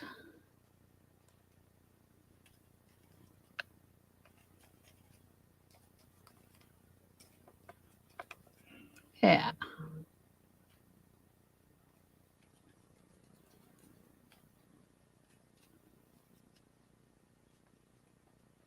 So the lines, just no rhyme or reason.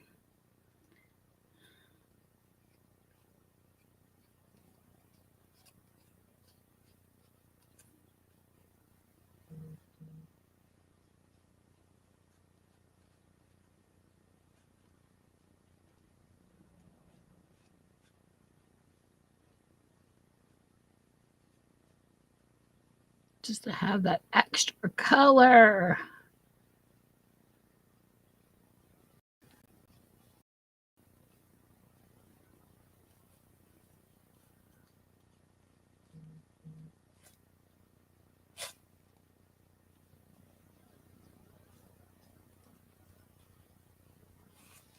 Kind of like the outline, but with a paintbrush.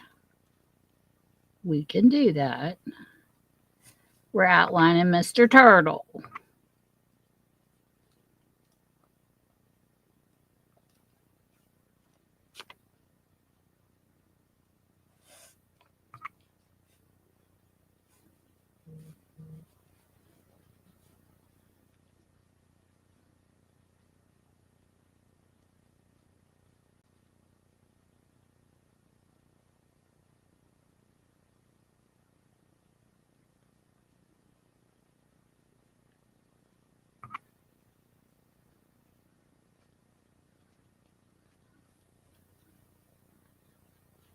There.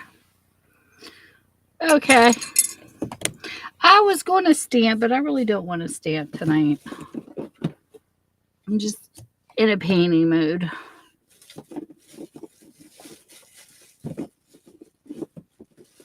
Eventually. Do this.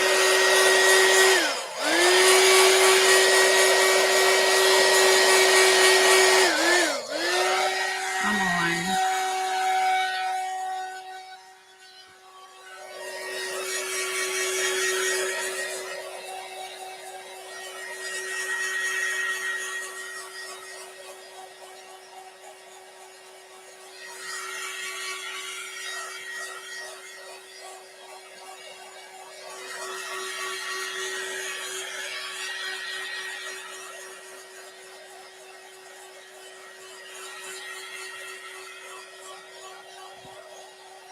This black page is so cool, though. Like, I really like that page. I don't know what it is, but it's just pretty. It's awesome.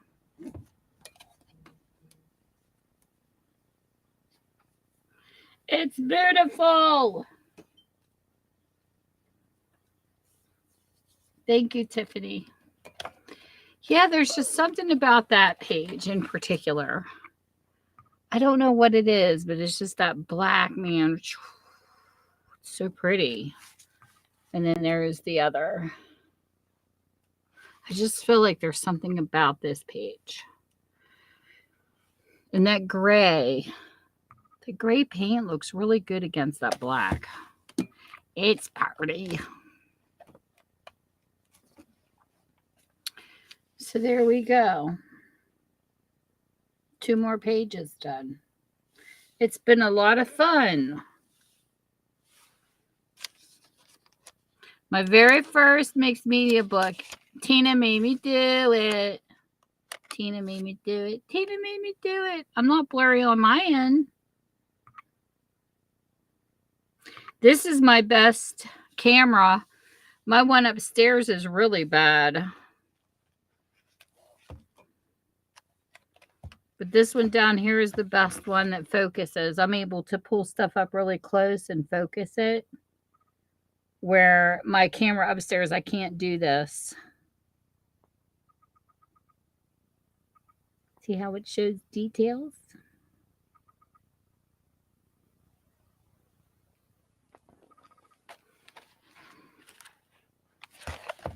Is it blurry to the rest of you?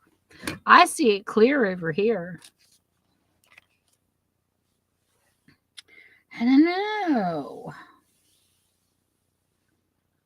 Don't know, Tina, don't know.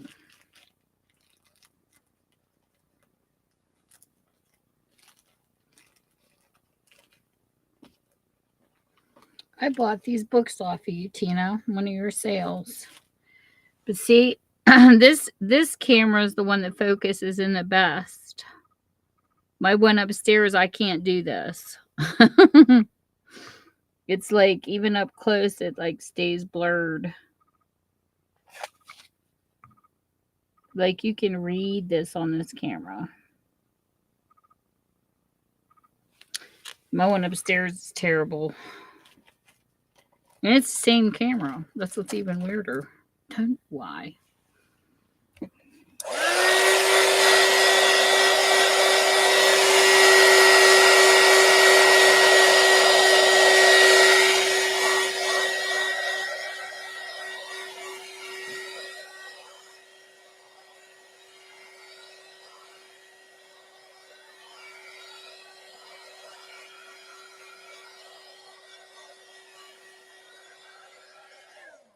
My turtle's my main focus. Are you and Teresa going to continue doing the thing eventually? The mixed media challenges. I gotta fill my book up. I gotta do my 12 months. I love this folder. This folder is so cool. And I have it dated and everything.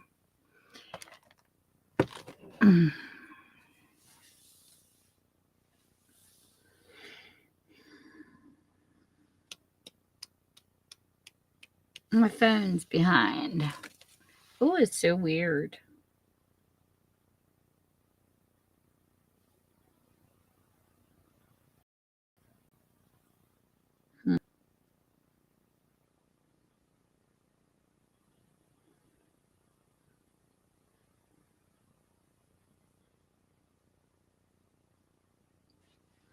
If I pull this down a little closer. Is it still blurry?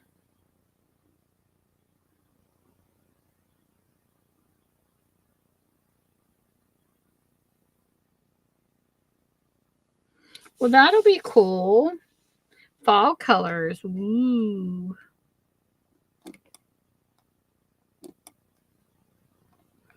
Did you are you fixing the house up some before you move in, or have you guys started moving stuff in already? I knew you were doing some outside stuff. I just didn't know if you had actually started moving in yet, or if you guys were going to do some renovations before you moved in. Oh, I can't remember. Thanks, Tiff.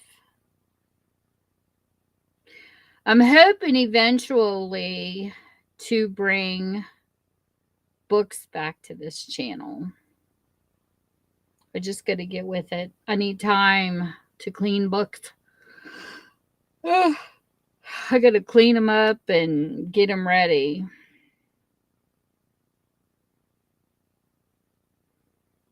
I don't know. It's like, it's so weird because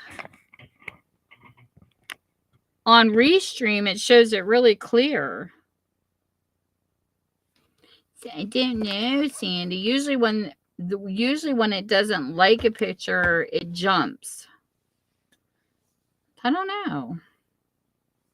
Because I'm looking on my phone too, and I'm not seeing the blur. Unless it's my Wi-Fi. I don't know.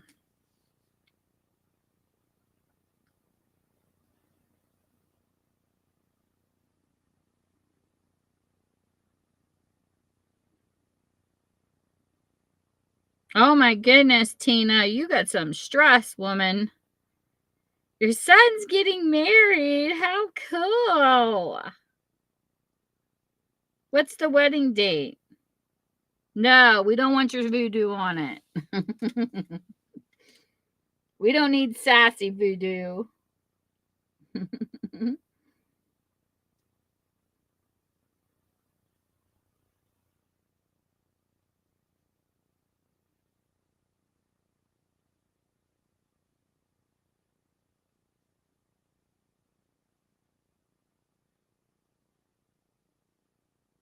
You are busy, Tina. That is a stress busy.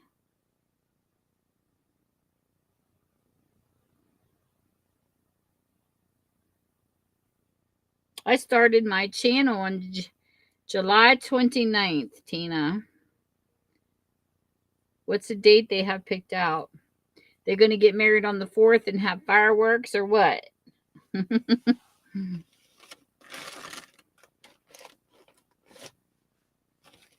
Yeah, I still have all Tina sent me an awesome happy mail with a bunch of stamp pads I didn't have. I only have distress ones.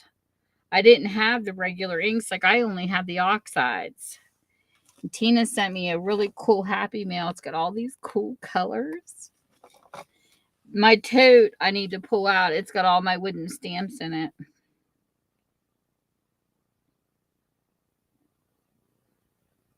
Well, I don't blame him for that, Tina.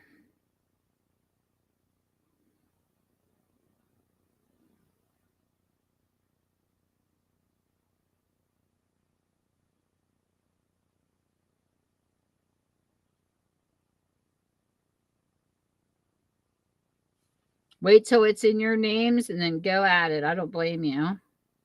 Do you know how long it's going to take, though? I miss your chatter. She keeps us updated on what's going on when she chats.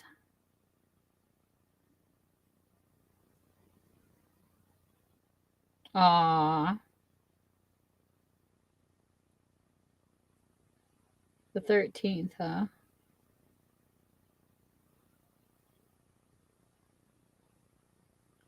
Well, congrats.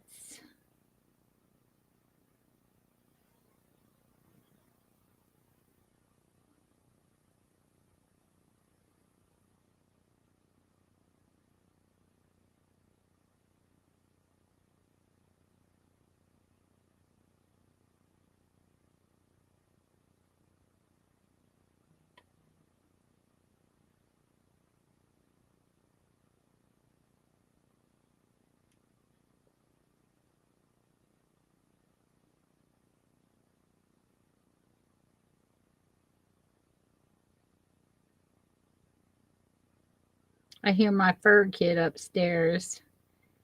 She's saying that Sassy Sandy has that little bandit Bonnie.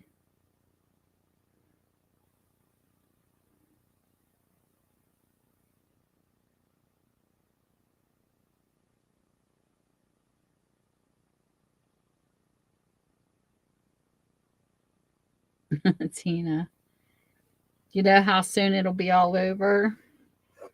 You'll have to let me know when it finally comes in your name. And I got to get your new address too when you do move. I got to get it updated in my book. Bonnet Bean. Aw, she's sleeping. I hear Roni up there tip-tapping. She's like, I know Daddy's on his way home. Because he leaves at work at 10:30. Look at this. Really? Really?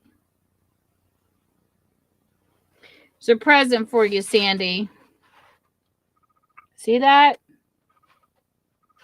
Wait a minute, let me move this. See this? Look down in there. It'll let you. I don't know if it'll show. There's a spider living down there. Because we're in Spiderville. So of course.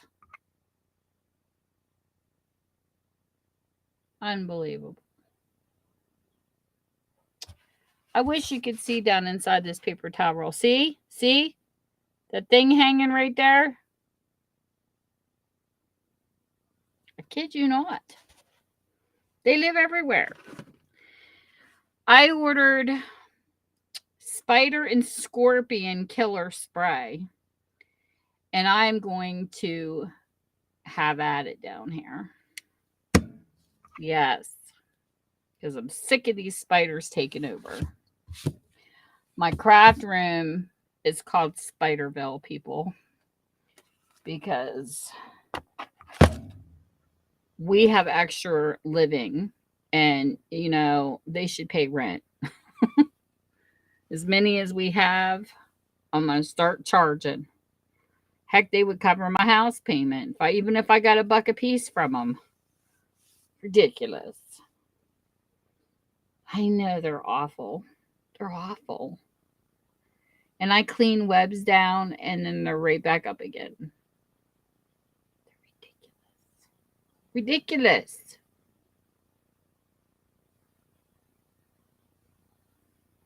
I don't know if my camera will let me show you.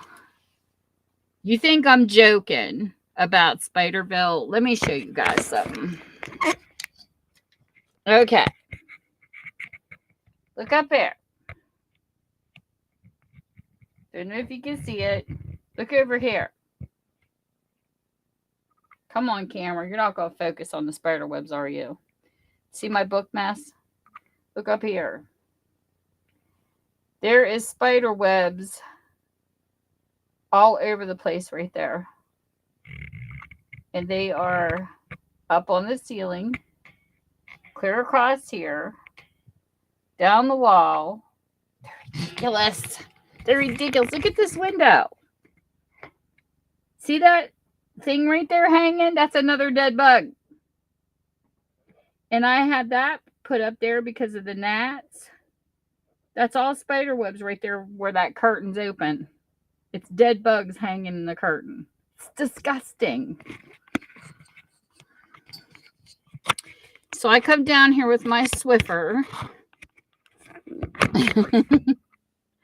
and I knock him down.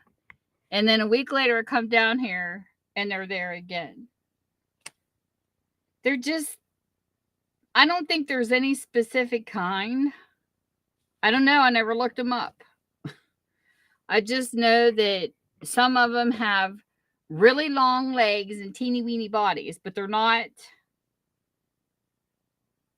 a daddy long leg. They're literally spiders. Then the other day I come down here and there was one brown all spread out. Then I get these black water bugs that run across the carpet. Ugh. It's ridiculous. Then we were fighting ants. Always something. Always some kind of insect. But one thing about it, where we used to live, we lived near a wooded area. We were polluted with different kinds of animals there.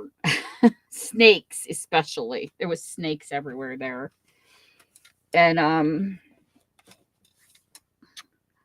we had crayfish, crawdaddies, whatever you want to call them. I call them crayfish. But they were in the yard.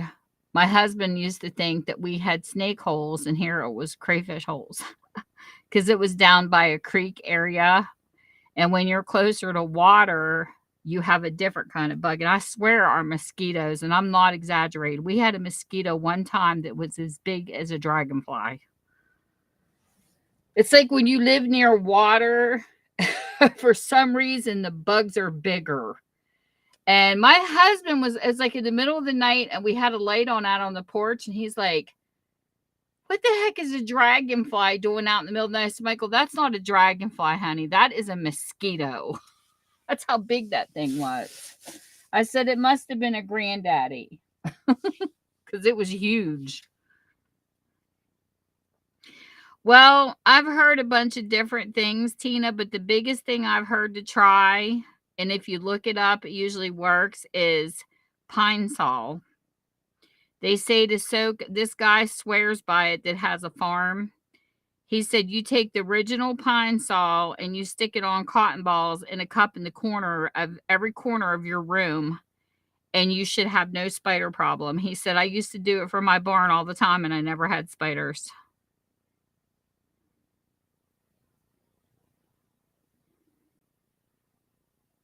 And another thing we found out, we have carpenter bees outside on our back garage. My daughter saw something that was like on TikTok and she tried it, and her carpenter bees left, and she told my husband to try it. Is if you take a brown lunch bag, puff it out, and stick it into, like crumble up a bunch, ball up a bunch of papers, stick it in a lunch bag and hang it outside. Carpenter bees are scared to death of hornets, and it looks like a hornet's nest, and they leave. Now, we haven't tried that yet, but she did, and hers left. So we're going to try it and see if it works. Yeah, if you type in how to get rid of spiders, the homemade recipes say citrus. And the original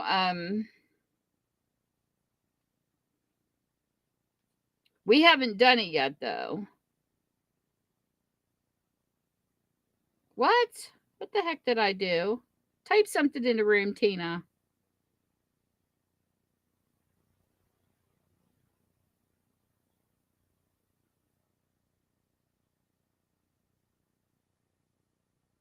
Never mind, I got you. Damn it. I was trying to minimize chat. And for some reason, I modded you and I had to mod you back up. So I don't like touching my phone because every time I do it, I mess up. Okay, let me see here.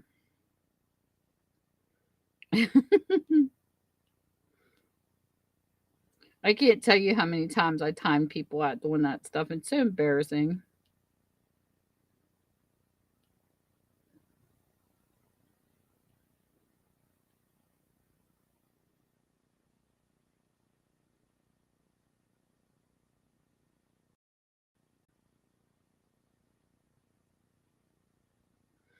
And I swear they have vinegar.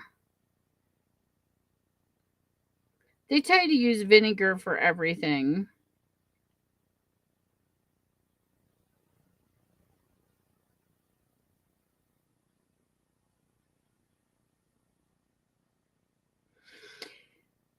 I swear every time you Google something on Google, you get a different answer at a different time of the day. Because now it's saying salt is a natural type of spider poison. If you dissolve an ounce of salt in a gallon of warm water and pour the saline mixture into a spray bottle, spray the salty solution directly onto the spider to kill it.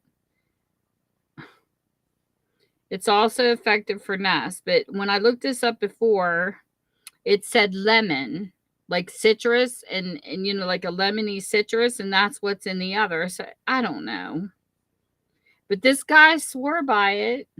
That had a He had a barn, and he said he stuck it in the corner of his barn, and spiders stayed away. So I don't know.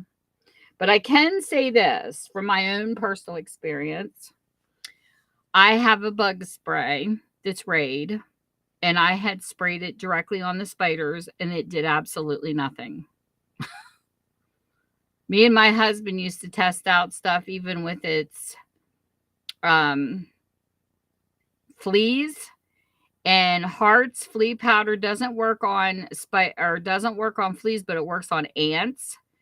But Raid Defogger killed fleas instantly. But we used to stick different things in a plastic bag. We would catch a flea off of our cat when the cats were at the other house. We haven't had a flea problem here, but back there we did. We had grass fleas real bad at our old house, and everything we stuck in the bag, they just jumped around and they never died until we used the Raid Defoggers. Now, when we put the Raid Defoggers to our house, it killed all the spiders too, but you have to leave your house for like the day. We had like one for each room, and you press it and lock it. We would go upstairs, and we had some in the basement to downstairs, and then we would run out the basement door and shut the house, and then me and Mike would sit in a tent in our yard with our cats. We would play cards until the time went by that we needed to stay away from the house, and then he would have to go in and hold his breath a little bit until he got the windows open, and we had a big exhaust fan, and we would run the exhaust fan to pull all the smell out of the house. And we had to do that once a year for like, I think it was like every other year, every third year. I can't remember, for like 5 times, because we had fleas that bad down at that house. It was terrible. That property was terrible with fleas. But here we're good. We haven't had a flea issue up here since we've been here. But like I said, when you're near water, it just seems like the bugs are worse. Sandy, I'm going to call you. I'm going to call you and bug you. She's going to unplug the phone, turn the phones off, say, oh, hell no.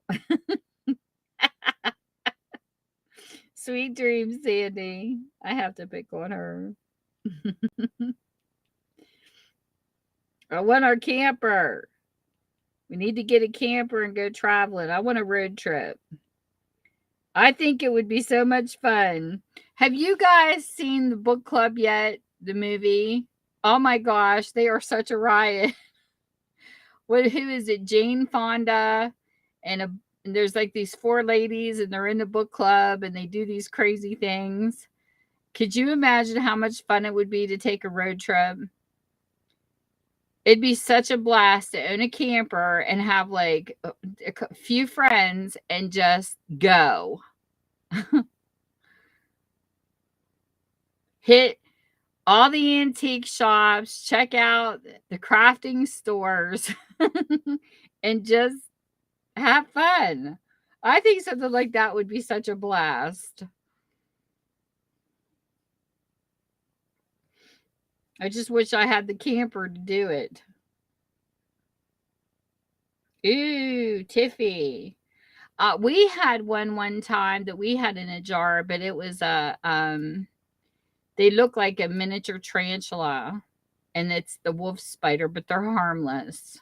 They're real fuzzy and they're awful looking. I'll never forget the first time we saw one. My husband went to reach under the cabinet to grab I think it was a skillet or a pan in our old house.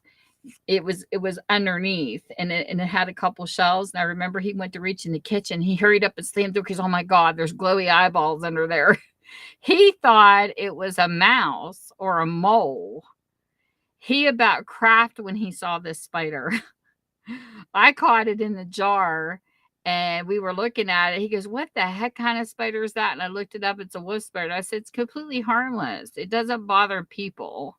It's just a woodland type spider, but they are huge." And my husband hates spiders. He's got a phobia of spiders. And but it was funny because we looked it up and we get to study it a little bit and stuff. And that's what I try to do.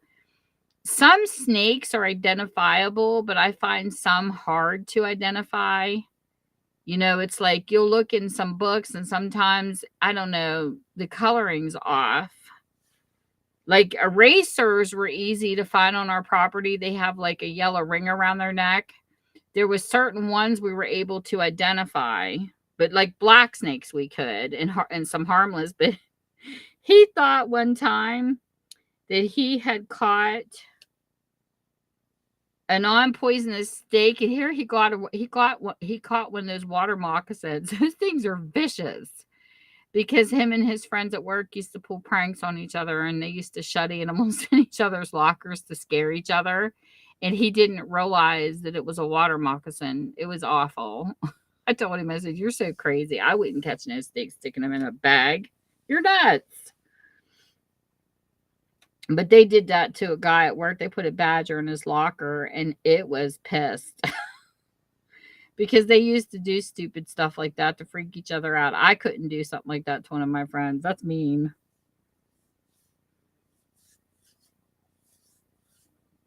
I think the worst prank I ever played on one of my friends was I stuck mayonnaise in the bottom of a cup. You know how, like, when you were a kid and you went to those, like a haunted church type thing, and you were blindfolded and you had to stick your fingers and stuff and figure out what they were. That's probably the grossest thing I've ever done to one of my friends. I had a cup and I put mayonnaise in the bottom of it, and I had bald paper sitting on top of it, and I told her I had a surprise for her. And she's pulling the paper out thinking there's a gift there. I said, "No, close your eyes and really stick your fingers in here." She put her in. She goes, "This is disgusting." She had a handful of mayonnaise. But that's like the worst prank I ever pulled on a friend. But we laughed. She used to throw lettuce in my hair. I couldn't hurt an animal though like that. You know, I couldn't torture somebody with an animal. That's just wrong. That's just downright mean. You know what tool I lost? I can't find my crocodile. I used to have it hanging right here, and I used it for something, and I don't know where I put it. I know where my big bite is, but I can't find my little crocodile. And it's like, no, I can't lose my crocodile. It's one of my favorite tools. When I go to make tags, I don't know where it's at. But it's here somewhere. I just don't know where.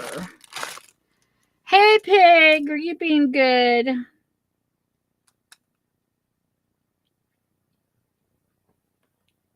How are things your way?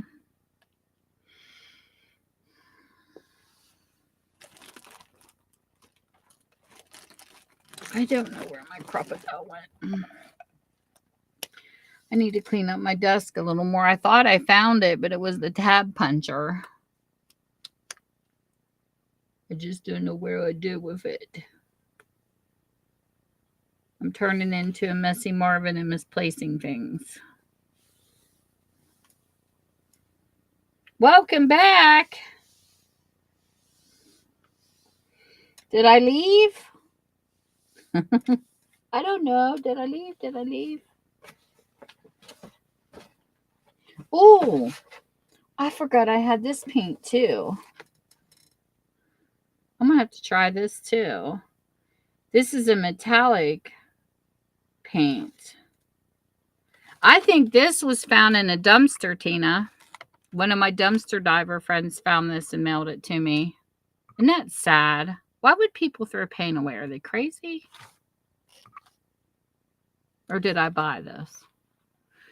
No. This one here I bought. It's another set that I have in my other container that was from the dumpster. But I know she sent me some pretty cool items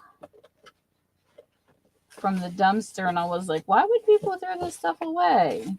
They're crazy. No, I paid for this. So it's got my name on it. I think I bought this off of somebody's sale. But I know I've got paint here from she had I have a box here where she had 2 mats, cutting mats on it that was found in a dumpster, never opened, still in plastic. I'm like, what? And a whole bunch of adult coloring books. So my husband's talking to me while I'm live. Really, Mike? I'm on a live stream and you're going to text me through Messenger. Watch this. I'm going to pick on my husband.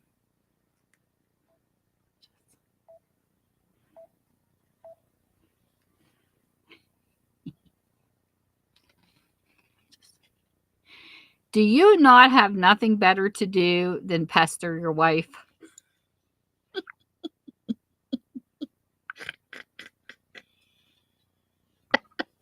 I got to torture him now that Sandy's gone.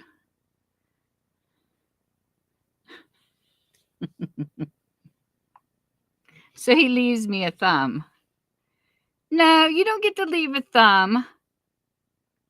What are you doing?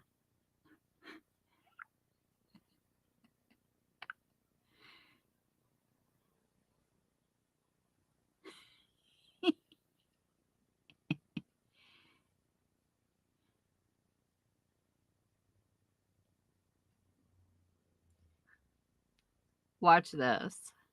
I'm going to bug him. I'm going to provoke him. He's probably listening, going, that wench. Watch this.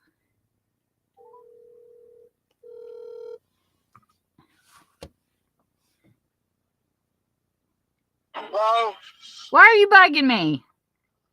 You're bugging me. No, you messaged me first. No, you said pick up bread. Yeah, but that was hours ago. Well, I just seen it. No, you know this is Wednesday, and you know it's my live stream. Why do you bug me? Oh, sorry. Well, I'm doing my news thing, so I'll talk to you later. No, you're not. Yeah? You didn't answer the phone like, what? Where you at? I didn't say that. I said, yeah. Yeah, because you know I'm live. Okay, well, enjoy your life. Try to act like Mr. Nice Guy now. They see the videos. Hugs and kisses. Yeah, listen to him being pleasant.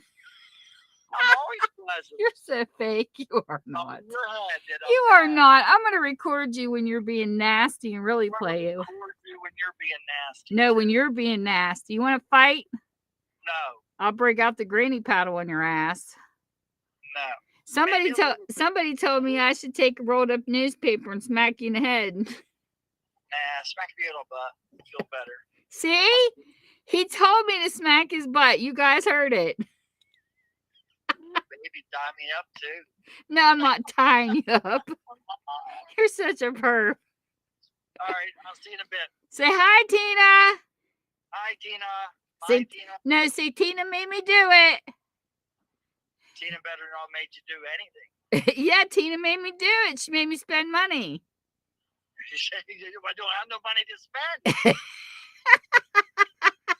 Tina. Yeah, that'll provoke him. Tina said hello, Mike. I don't have no money. Tina said hello, Mike. Hello.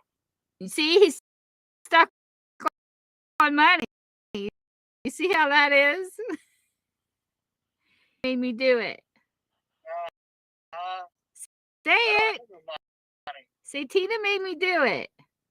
About money. Say, Tina made me do it. Oh, dear God, please bless me. Say the words. All right, I'll talk to you later. Say, Bye. no, say the words. Say, Tina made me do it. Tina made me do what? You don't get it. You don't get it, Tina. I'm getting the paddle ready. Right, Bye. Bye. He's stuck on money. He thinks you made me spend. He thinks you made me spend. He has no idea. I say Tina made me do it every time I do something. I could be painting something and say Tina made me do it, but he thinks it's funny because I'm broke. Oh my God, that is so funny. We're going to keep those guys on their toes. I don't know, but everybody thought our videos we were eating food was funny. I got a lot of feedback.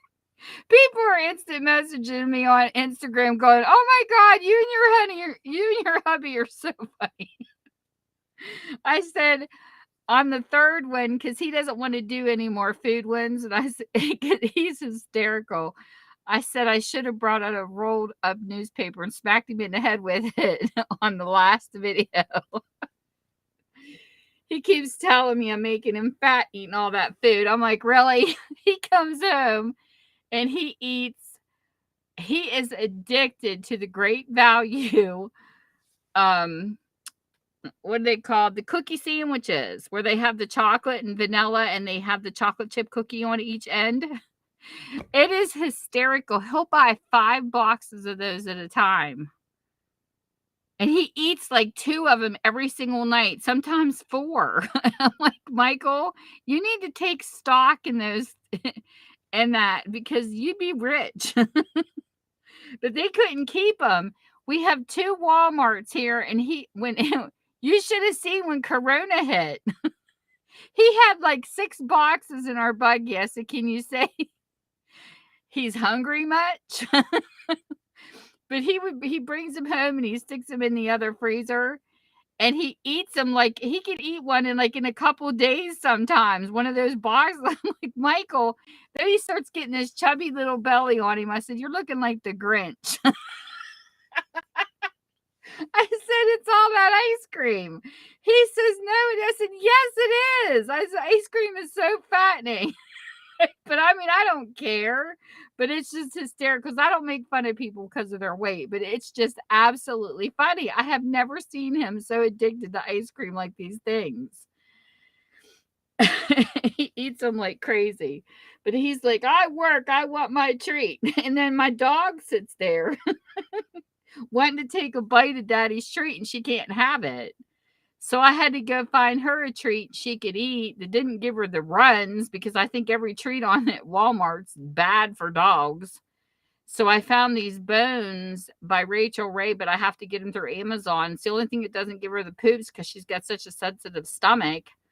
So he's got to give her a bone while he eats his treat because if he doesn't, she stares at him. It's hysterical. When he comes home, it is so funny at night.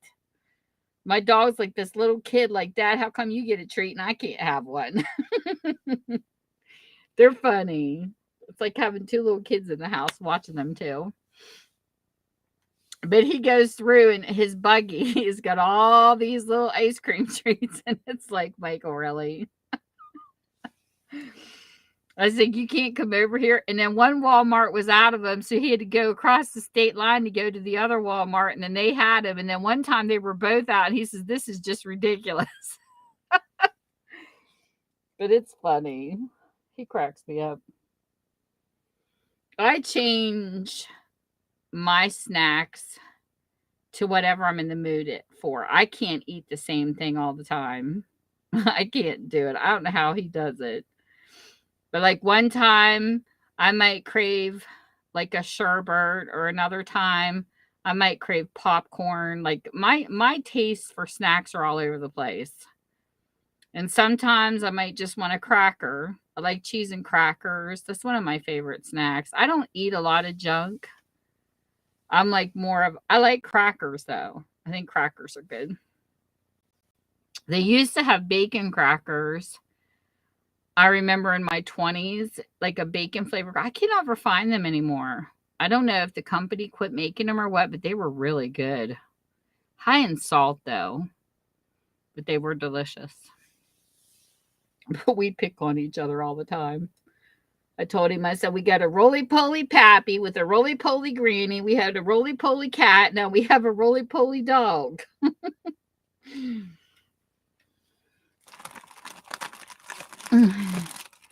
That's the fun of being married, is having somebody to torture. Oh, I forgot I had these. Look what I found. These are Tim Holtz butterflies. I forgot all about these. I'm over here nibbing and shopping my stash. I'm telling you, sometimes, when you can't find certain things and then you go shop in your craft stash, you're like, oh my gosh, I forgot I had these. I do that all the time.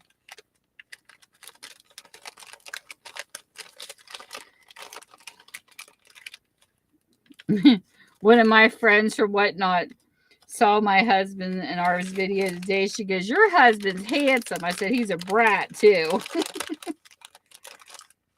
I said, you want him? Come get him. She was laughing. She goes, I just wish I could find a guy that's a good guy. I said, they're out there. You just got to look for them. Oh, that's a pretty butterfly, huh? Pretty butterfly. Think I should put that up there? I never get enough butterflies. I tell you, Temu has a lot of nice butterflies. I was shocked when I went through some of theirs. I had a whole pack here. I think I've already used their butterflies. We're going to put this one on here too. Might as well add a Tim Holtz. I don't buy a lot of Tim Holtz stuff, but every once in a while, I'll see something that I like.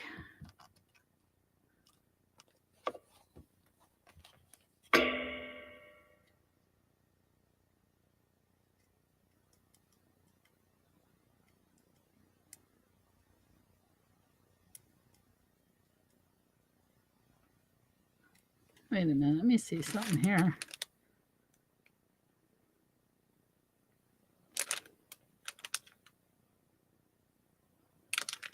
This isn't a sticker, is it?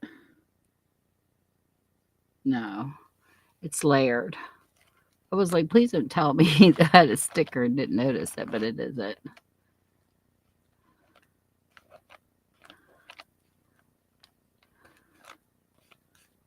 But yeah, that's pretty cool. So we get a little extra add-in right there. But yep, I like it, like it, like it.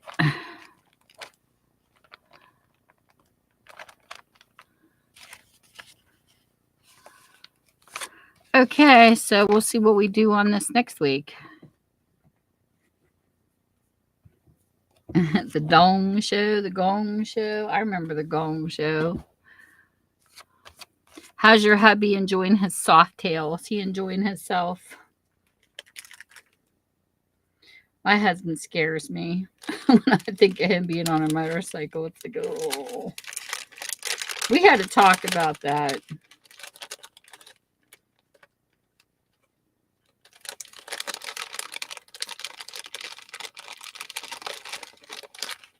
He's so accident prone. He scares me. And stuff like that.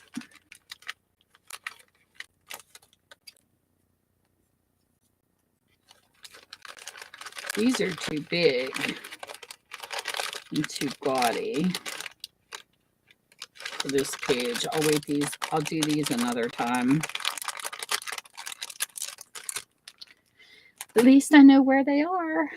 Oh, who made these, Tina? I wonder who made these. Look how pretty. Do you remember these?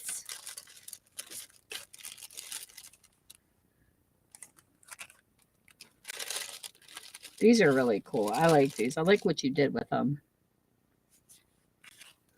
See, I have not played with junk mail yet, like this. And look what Tina did. Tina made these. Isn't these cute? When you think of how many envelopes we get back from our junk mail, it amazes me how many envelopes you can save up. But Tina made these. Isn't these cute? She skirted these. I love these. I made a trifold with one so far, and that was about it. I've cut stuff out of magazines and used them. But I will say this. For people out there, when you go to have a hard time, if you have a wood burner,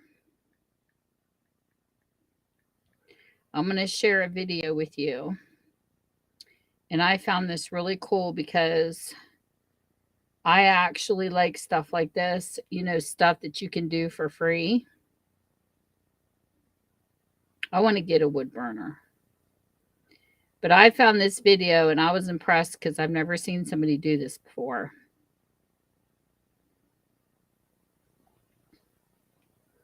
So if you get the chance and you get a wood burner, this is a must-see.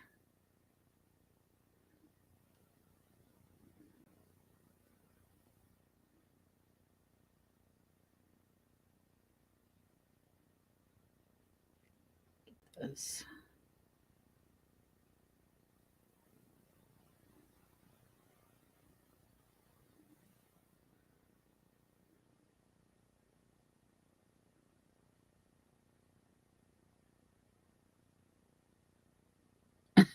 Tina, you're so funny.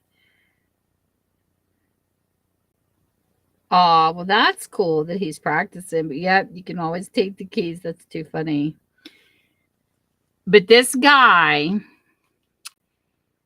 I've been kind of studying tips on when we had the depression and things I remember my grandmother taught me, because we don't know what's going to happen with this nation. Half the time, they don't know if they're going to blow us up or if we're going to go into a depression. I don't know which is going to come first. But in the meantime, I think it's cool to learn how to prep to do things. So this guy in this video, to make a long story short, I found it very interesting. He's Canadian. And he took and saved his scraps of paper, all his junk mail, and he puts them in a bucket. Now, I don't have an accurate measurement on it, but if you watch the video, it's really cool. Because if you know somebody that owns a sawmill or a wood shop, he had junk mail soaking in water that he dumped into another bucket of junk mail soaking in water. And then he took sawdust, about like 3 great big handfuls, and put it in. And he takes, you can watch the video. It's really cool. He took his drill and made a blender. Now, you probably could do it smaller in a roll blender, but, you'd have to get some junky ones to do it. But I don't know what I would use to stir with. That part I can't figure out. But he drained the water into another bucket because he put holes in one bucket and put on top of the other. But when you watch this video, it's really cool. He literally used saw dust, pieces of saw, wood, you know what I'm talking about, and mail, and he made burning wooden logs. And it was so cool to watch somebody do something like this. I love these kind of videos too, not just crafting, but he said it takes like 2 or 3 weeks to dry out. But it would be really cool to make your own wood out of sawdust and junk mail. Especially, because my dad, he used to work for a paper company. Maybe that's why I have my love of paper. We never had to pay for school paper because if they had they had a vat where they would turn it back into pulp. Cool. They do something like this, and he said the log will burn for 2 hours, so you never have to worry about it again. Heat, if you have a wood burner like that, I think that's really a cool tip in rough times. Because I mean, who doesn't get junk mail? I get tons of junk mail. My husband looks at my pile of junk mail and he's like, "What?" Because when you have like a main residence and you sign up, they plaster you. I can't tell you how many magazines will say, like catalogs where you buy stuff. They'll say, this is the last warning of your last one. You still get them. They still send them to you because you're a resident. But I get so much mail. I mean, like I had a pile, like huge, just in magazines.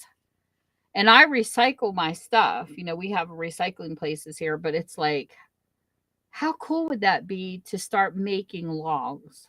I think that would be awesome. I told him, I said, we could take a piece of plastic, lay it down in our back garage, make up some logs, and I do want to get a wood burner. And then, for when the electric and stuff goes out, we have this room down here that I'm in, I can shut this off with 2 doors and have a nice little comfy room down here. I want to put a couch down here and have a wood burner down here. So whenever we have like tornado warnings and things like that, this is the room I like being in. This is where I bring my dog and stuff. This is where I would like to have the comfort of that stuff. I said, but we could put the logs in the back garage and we can make this room very comfortable where we can sleep in. So once we get rid of the spiders, that is, we can sleep down here and sit down here. I could have a bed in here. It's like a studio apartment where I'm sitting. And it would be awesome because this is where my bookstore is. But I think it would be fun to turn this into an emergency room. It'd be so cool. But that video was so informative. And I was like, that's the kind of stuff I like watching on the side when stuff happens. Because you never know. My grandmother, they had fruit cellars and stuff like that where they used to store foods. I have a decent pantry. My pantry's not crazy. Like, it's not a whole room. It's just a pantry where we have enough to stabilize us for a while. But it's always nice to have a little bit of extra just in case, because you never know. We prepared some. Not a lot, but some. But when you look back at the Depression and you watch some videos on YouTube, it's really sad. My grandmother was a child of the family that went through the Depression. I remember her always having papers piled in the corner of her house. And she always had a room full of clothes. Like that was her hoard. And she hated the thought of people not having material. So she had a room filled with nothing but clothes. She would hit wasn't flea markets, they called it something else. Kind of like a flea market. But she would go to those places and she would have all different sizes from kids to adults. And yeah. Yep, I believe it, Tina. And the recipes were really awesome because they talk about the World War II era when the meat went to the military. So people here had to make do to try to get protein in a different way. And when you look at some of these recipes on these YouTube channels, they were pretty smart. They literally made a peanut butter bread so that people could have protein. And I thought, oh my God, I would have never thought of a loaf of peanut butter bread. Like some of the recipes are really interesting that they come up with to make it. And it was wild. Because when you look at the World War II, they had meat rations, they had all those rations, and that's what it was about. And they found a way to make it in other ways. And some of those recipes are pretty interesting. I started taking notes and writing stuff down because you never know. They have a warfare that if they throw a bomb up in the air, it could short circuit all of us. I mean, our phones are, there is such a bomb out there, people, and it can stop your cars and everything because they're all computer oriented. There was a guy I watched on here who was called, I don't know what happened to him because there's a female that had the same name. Something about prepping. What the heck was his channel name? Something with prepping. And he would say, "What would you do?" And he knew the name of the bomb. He said, "What would you do tomorrow if the bomb was thrown in the air that just cut off everything?" He said, "Unless you have something running." What makes you think? Even if this stuff doesn't happen, still it makes you think. And it was really genius because I was reading this forum and I was telling Sandy this was really incredible. This guy had a really bad back, and it was when Hurricane Irma hit or something. He had no way to get to the store because their electric and everything was knocked out. And he's like, "How the heck am I going to get around?" He could barely move to get to the stores. I mean, these are things to think about. He did something so smart. I would have never thought of this either. He owned a golf cart. So what he ended up doing was he had one of those, it wasn't the Patriot brand, but he had one of those like Patriot things that you see where you use solar power to power up your stuff. He plugged in his golf cart and he juiced it up by solar power, and that's how he was able to get to the store. Tell me that's not genius thinking. You know what I mean? Like, I think it's stuff like that. I mean, like, if you have a kid, we don't have any quads, but we used to, the electric quads where you juice them up for your kids and you let them ride. I mean, if you have one of those, you could do it with that. But think about what you would do if you have no bicycle. They take away our gasoline fuel and you can't run electronics because they disable it. How would you get around? These are things that goes through my mind. Like if you don't own a horse and you don't own something, what would you do? So I thought it was pretty genius that he used the golf cart to get around. I'm amazed at ideas that people come up with. That I don't own a golf cart, but I'd have to walk to wherever I go. But I know a family who they have to walk to the store because they don't have no vehicles. And there was a lady that I knew a long time ago. She was in her 90s, and it was really sad because she couldn't pass her test. She went to take a driver's test after so many years, and the person failed. She goes, "I don't know how I'm going to get to the grocery store." She said, "Because my husband's gone. My kids don't live here. She only has 2 children." She says, they're grown, of course. She said, "I'm 90 years old." She said, "I have no way to get to the grocery store." And I told my husband, if something like that happened to us, we have a store down the road. But for the 2 of us, because we usually shop for the month, there's no way 2 of us can carry all them groceries home that we use. So then I said, "You should have a kid's wagon." I would take, when you watch the little rascals, the kids used to walk around the neighborhood and they would pick up cans and stuff off the ground and they would take and cash them in, and stuff like that. But that's an answer too. If you have to walk to the store, you better have some kind of grocery cart or, wagon you pull where you can load it up and take your stuff home, because that would be a lot to carry depending on how far your walk is. So my husband cracks me up because I bought a folded up, because I had an aunt that had Crohn's disease and she was sick. She literally had bought herself a buggy like at the grocery store because she couldn't carry weight. So she had to use the buggy to unload her car to, push it into her house that she rented, and she would unpack her groceries. So I told my husband, the older you get, you got to think about these things. your yard work, how level is your ground. We had 3 flights of steps in the last house we lived. There's no way I would have stayed there. And we had to dig our way out of the snow because we didn't have state road. Here we have better features. So I told him, I want one of those folded up carts because it's getting hard on me because I have arthritis so bad in my knees. I'm supposed to have surgery on my knees, and I've just been putting it off because I don't want to go because I have water on my knees too, and it's terrible. I have no cartilage left, and I walk bone on bone, and sometimes I'm in pain, but I deal with it.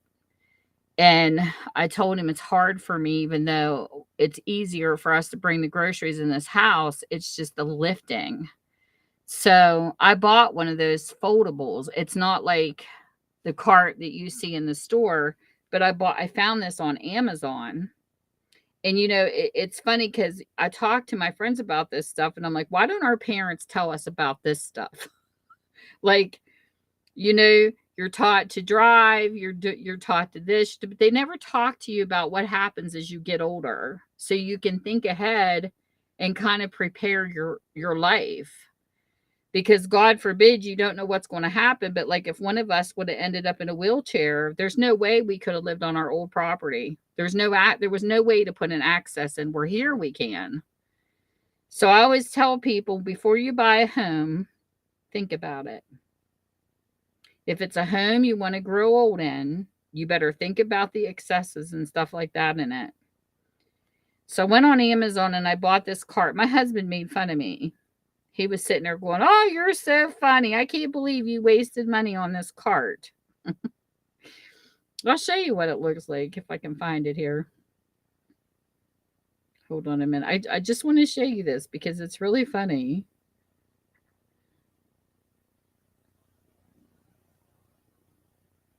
And it didn't cost that much either.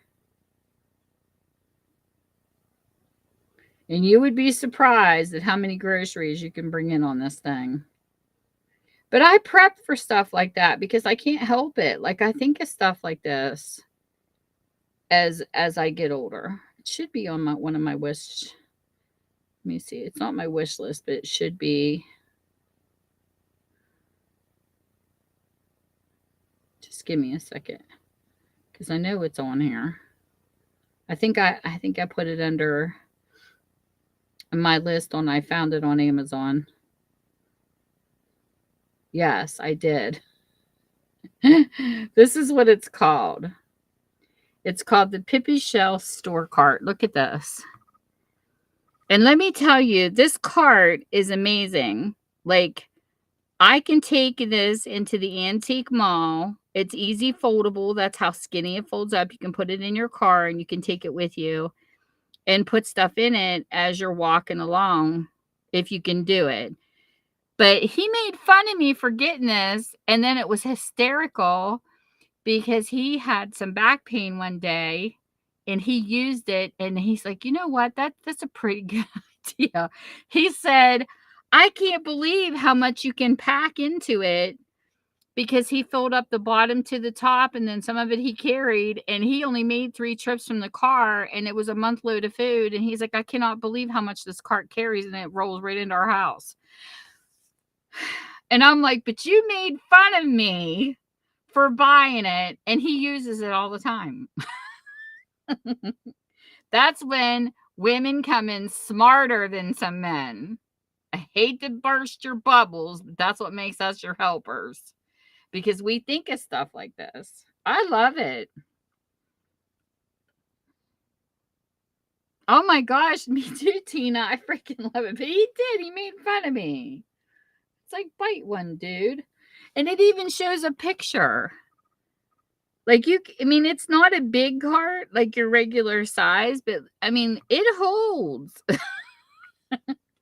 We know how to pack it, Tina.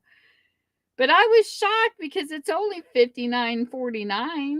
Only cost me $60. Well, with shipping, I think it came to like $70, but it's still. I was like, yes. But I look for stuff like this all the time because you just never know.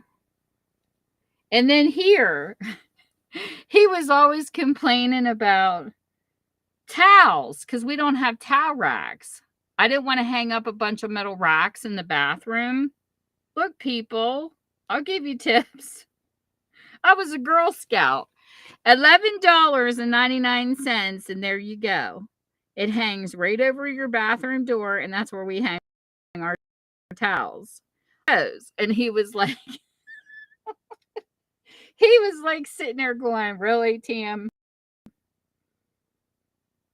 Why you keep buying all this stuff? I said, because it helps us, doesn't it? So it's not all craft stuff that Tammy spends her money on. It's economy things that you use. And here is this was another person that impressed me too. I'm going to share this link too. If you guys are into building your own campers or your own tiny house, this guy was a genius. I love watching these videos, especially when I'm late. It's like late at night or something. This guy, this video blew me away this week. I love sharing these channels with you guys. Just, if you have a night you just want to get away from crafting or just get away from whatever you normally watch. This guy was so incredible. There's two men in the video, and one's like, doing questions and stuff with this other guy. And the title is, he's a genius what he did. Because even though he made a tiny home, he took things from his grandmother's attic, like things that meant something to him. He incorporated them into the camper, but in a way that it doesn't take up space. He made them useful. And he blows me away. When I watched this the other night, I was like, oh my God, this guy's so smart, because you don't have to lose some of your favorite things. Some things that you cherish that are heirlooms just because you go to a tiny house or a camper. There's some things you can take with you, and you can find ways to utilize them. And this interview was amazing because he talks about what he took. He talks about how he utilized it, and it just blows me away. It just does. I would love to see things through this man's eyes. If I was creating a camper, what would I take with me that wouldn't, things that mean something to me? Because people say things are just things, and when you die, nothing goes with you, and that's fine. But if it's something that you want to carry with you until you die, why not? You should be able to enjoy some of the things that your family handed down. I'm sentimental like that. I know I can't keep everything, but how he did it was cool. So,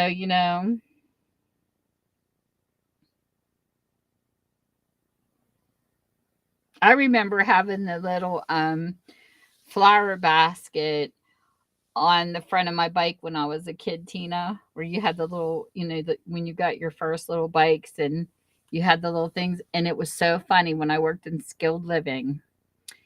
There was a little elderly lady, and her great granddaughter came to visit her. And I will never forget how cute this was.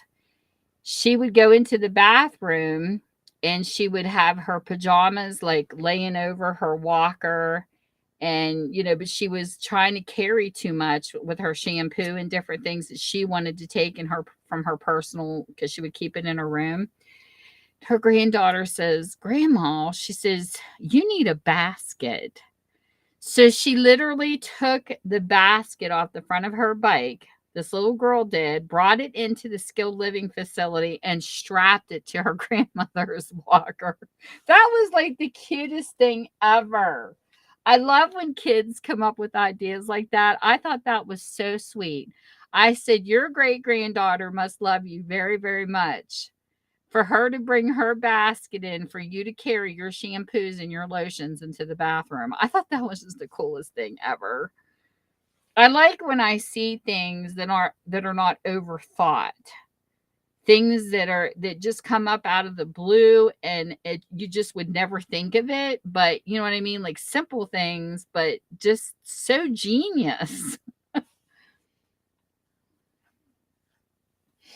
But it was really cute when she did that, and it was just so funny walking around with that walker and seeing that basket with these big flowers on the front of it. It was just the most adorable walker. I said, she even decorated your walker. She decked you out. It was too funny. Too cute. And I sit here and I look at my craft room and I'm thinking, what the hell? I sat and thought about it, and sometimes I wish my bookshelves had wheels. Where you could just put your craft supplies on them, and when you go to scrub your room down or you go to paint it or whatever, you don't have to unload the shelves to move them, but you can just put them on wheels and scoot them. I've been thinking about that because I don't want to get rid of my bookshelves because I've had them for a while. But that was another thing I had Googled on Amazon. I was looking at this. Let me pull it up. I don't know. I have to look at the size of it and do a comparison. But I thought, wouldn't it be cool to buy something like this and put my bookshelves on it? Because my bookshelves aren't close together. There's a space enough to where I could put the bookshelves on top of this, leave them there. And then whenever I need to move my stuff to get around it, I can just wheel it. I only have like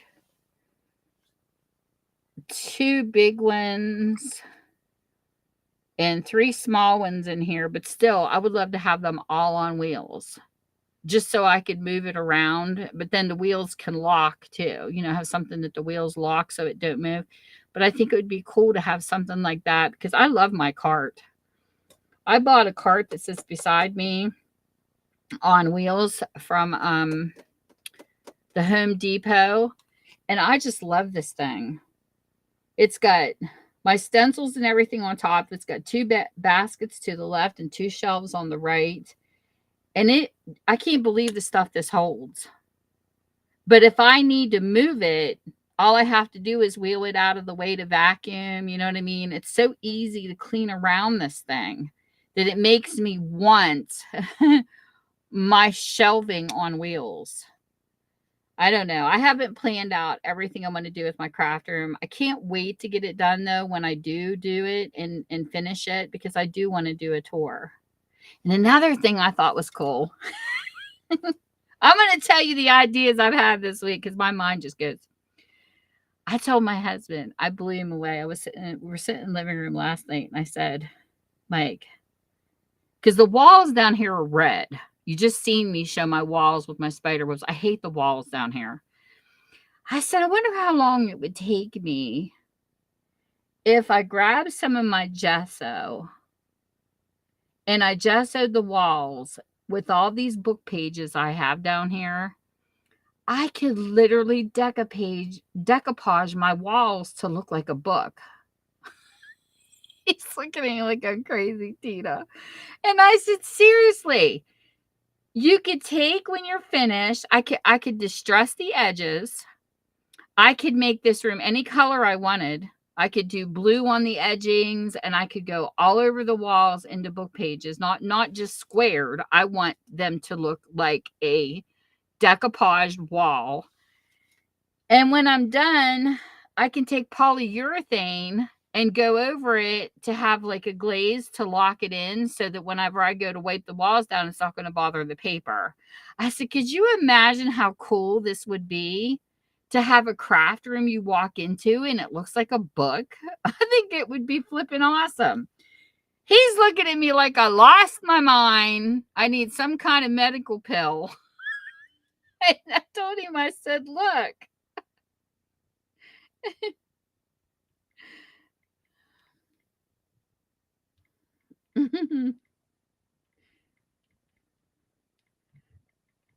And this is what we do as crafters. We think this stuff, and we think we're the only people that can come up with this idea. Go to Pinterest. And I'm not kidding. There's people that's already done this. I was like, damn it. Somebody beat me to it. Except they didn't do the way I want to do it. But look at that. All these people have book pages on their walls. So that's what I mean. I think it's funny when you're a crafter because you get so excited thinking, I thought of it. But then you look it up on Google and it's like, damn it, somebody beat me to it. Look at this one. Isn't that cool? Those are walls, people. That is walls. Could you imagine how cool that would be? And there was one person that even did like their family tree. They had like a family tree and then they had pictures incorporated. But oh my gosh, it's like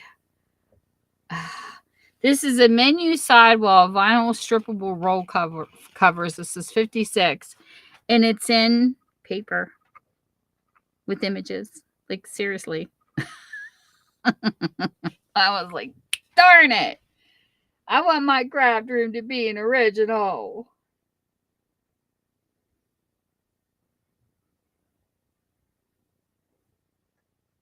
And then look at this one. Oh my God, this one plays me. Well, this looks too busy for me though. I don't think I could do this one. That's too much. But somebody found wallpaper of books and did their room actually literally in pictures of books. So that to me looks like it needs cleaned. There you go, Tina. Messy crafty room look.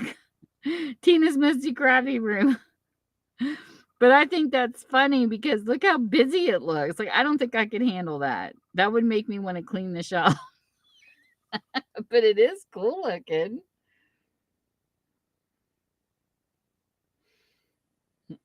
Tina's messy crafty life. That's comical. But just looking at these images blows me away. It's like, darn it. All these cool ideas that people think of, I'm telling you.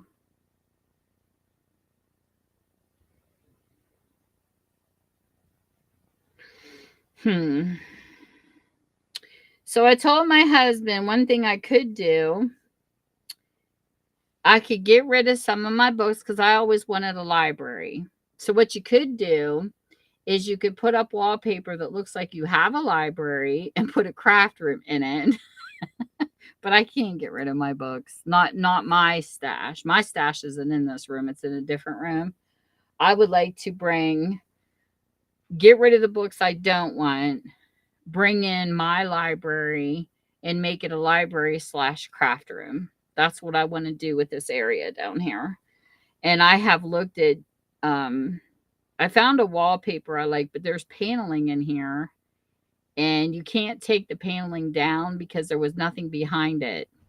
So I would have to cover the panel, and man, painting over paneling is not easy because you have those ripples, like the cracks. You have to use something to fill those cracks in to get a smoother wall, but I don't know. I haven't decided what I'm going to do down here yet. I did find a really pretty wallpaper I liked, and I thought it would be cute to do that part on the back wall and then paint the rest of it to kind of match it where you have like one offset wall. But I don't know how the wallpaper would stick to paneling. There's a lot of work that goes into that, so I don't know what I'm going to do yet. I haven't decided. But part of me just wants to pick up my paintbrush and just go and then stick paper. That's what I want to do to these walls. But I don't know. I haven't a clue.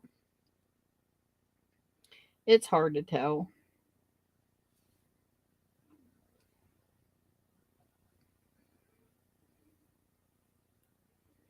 I just can't make up my mind. Alrighty, you have a good one, Tina. Thanks for coming in. And I'm gonna go too because hubby's home and I gotta go finish dinner because I was so upset tonight because I went to make the dinner I wanted to make, and well, a whole loaf of Italian bread that was not cut was green.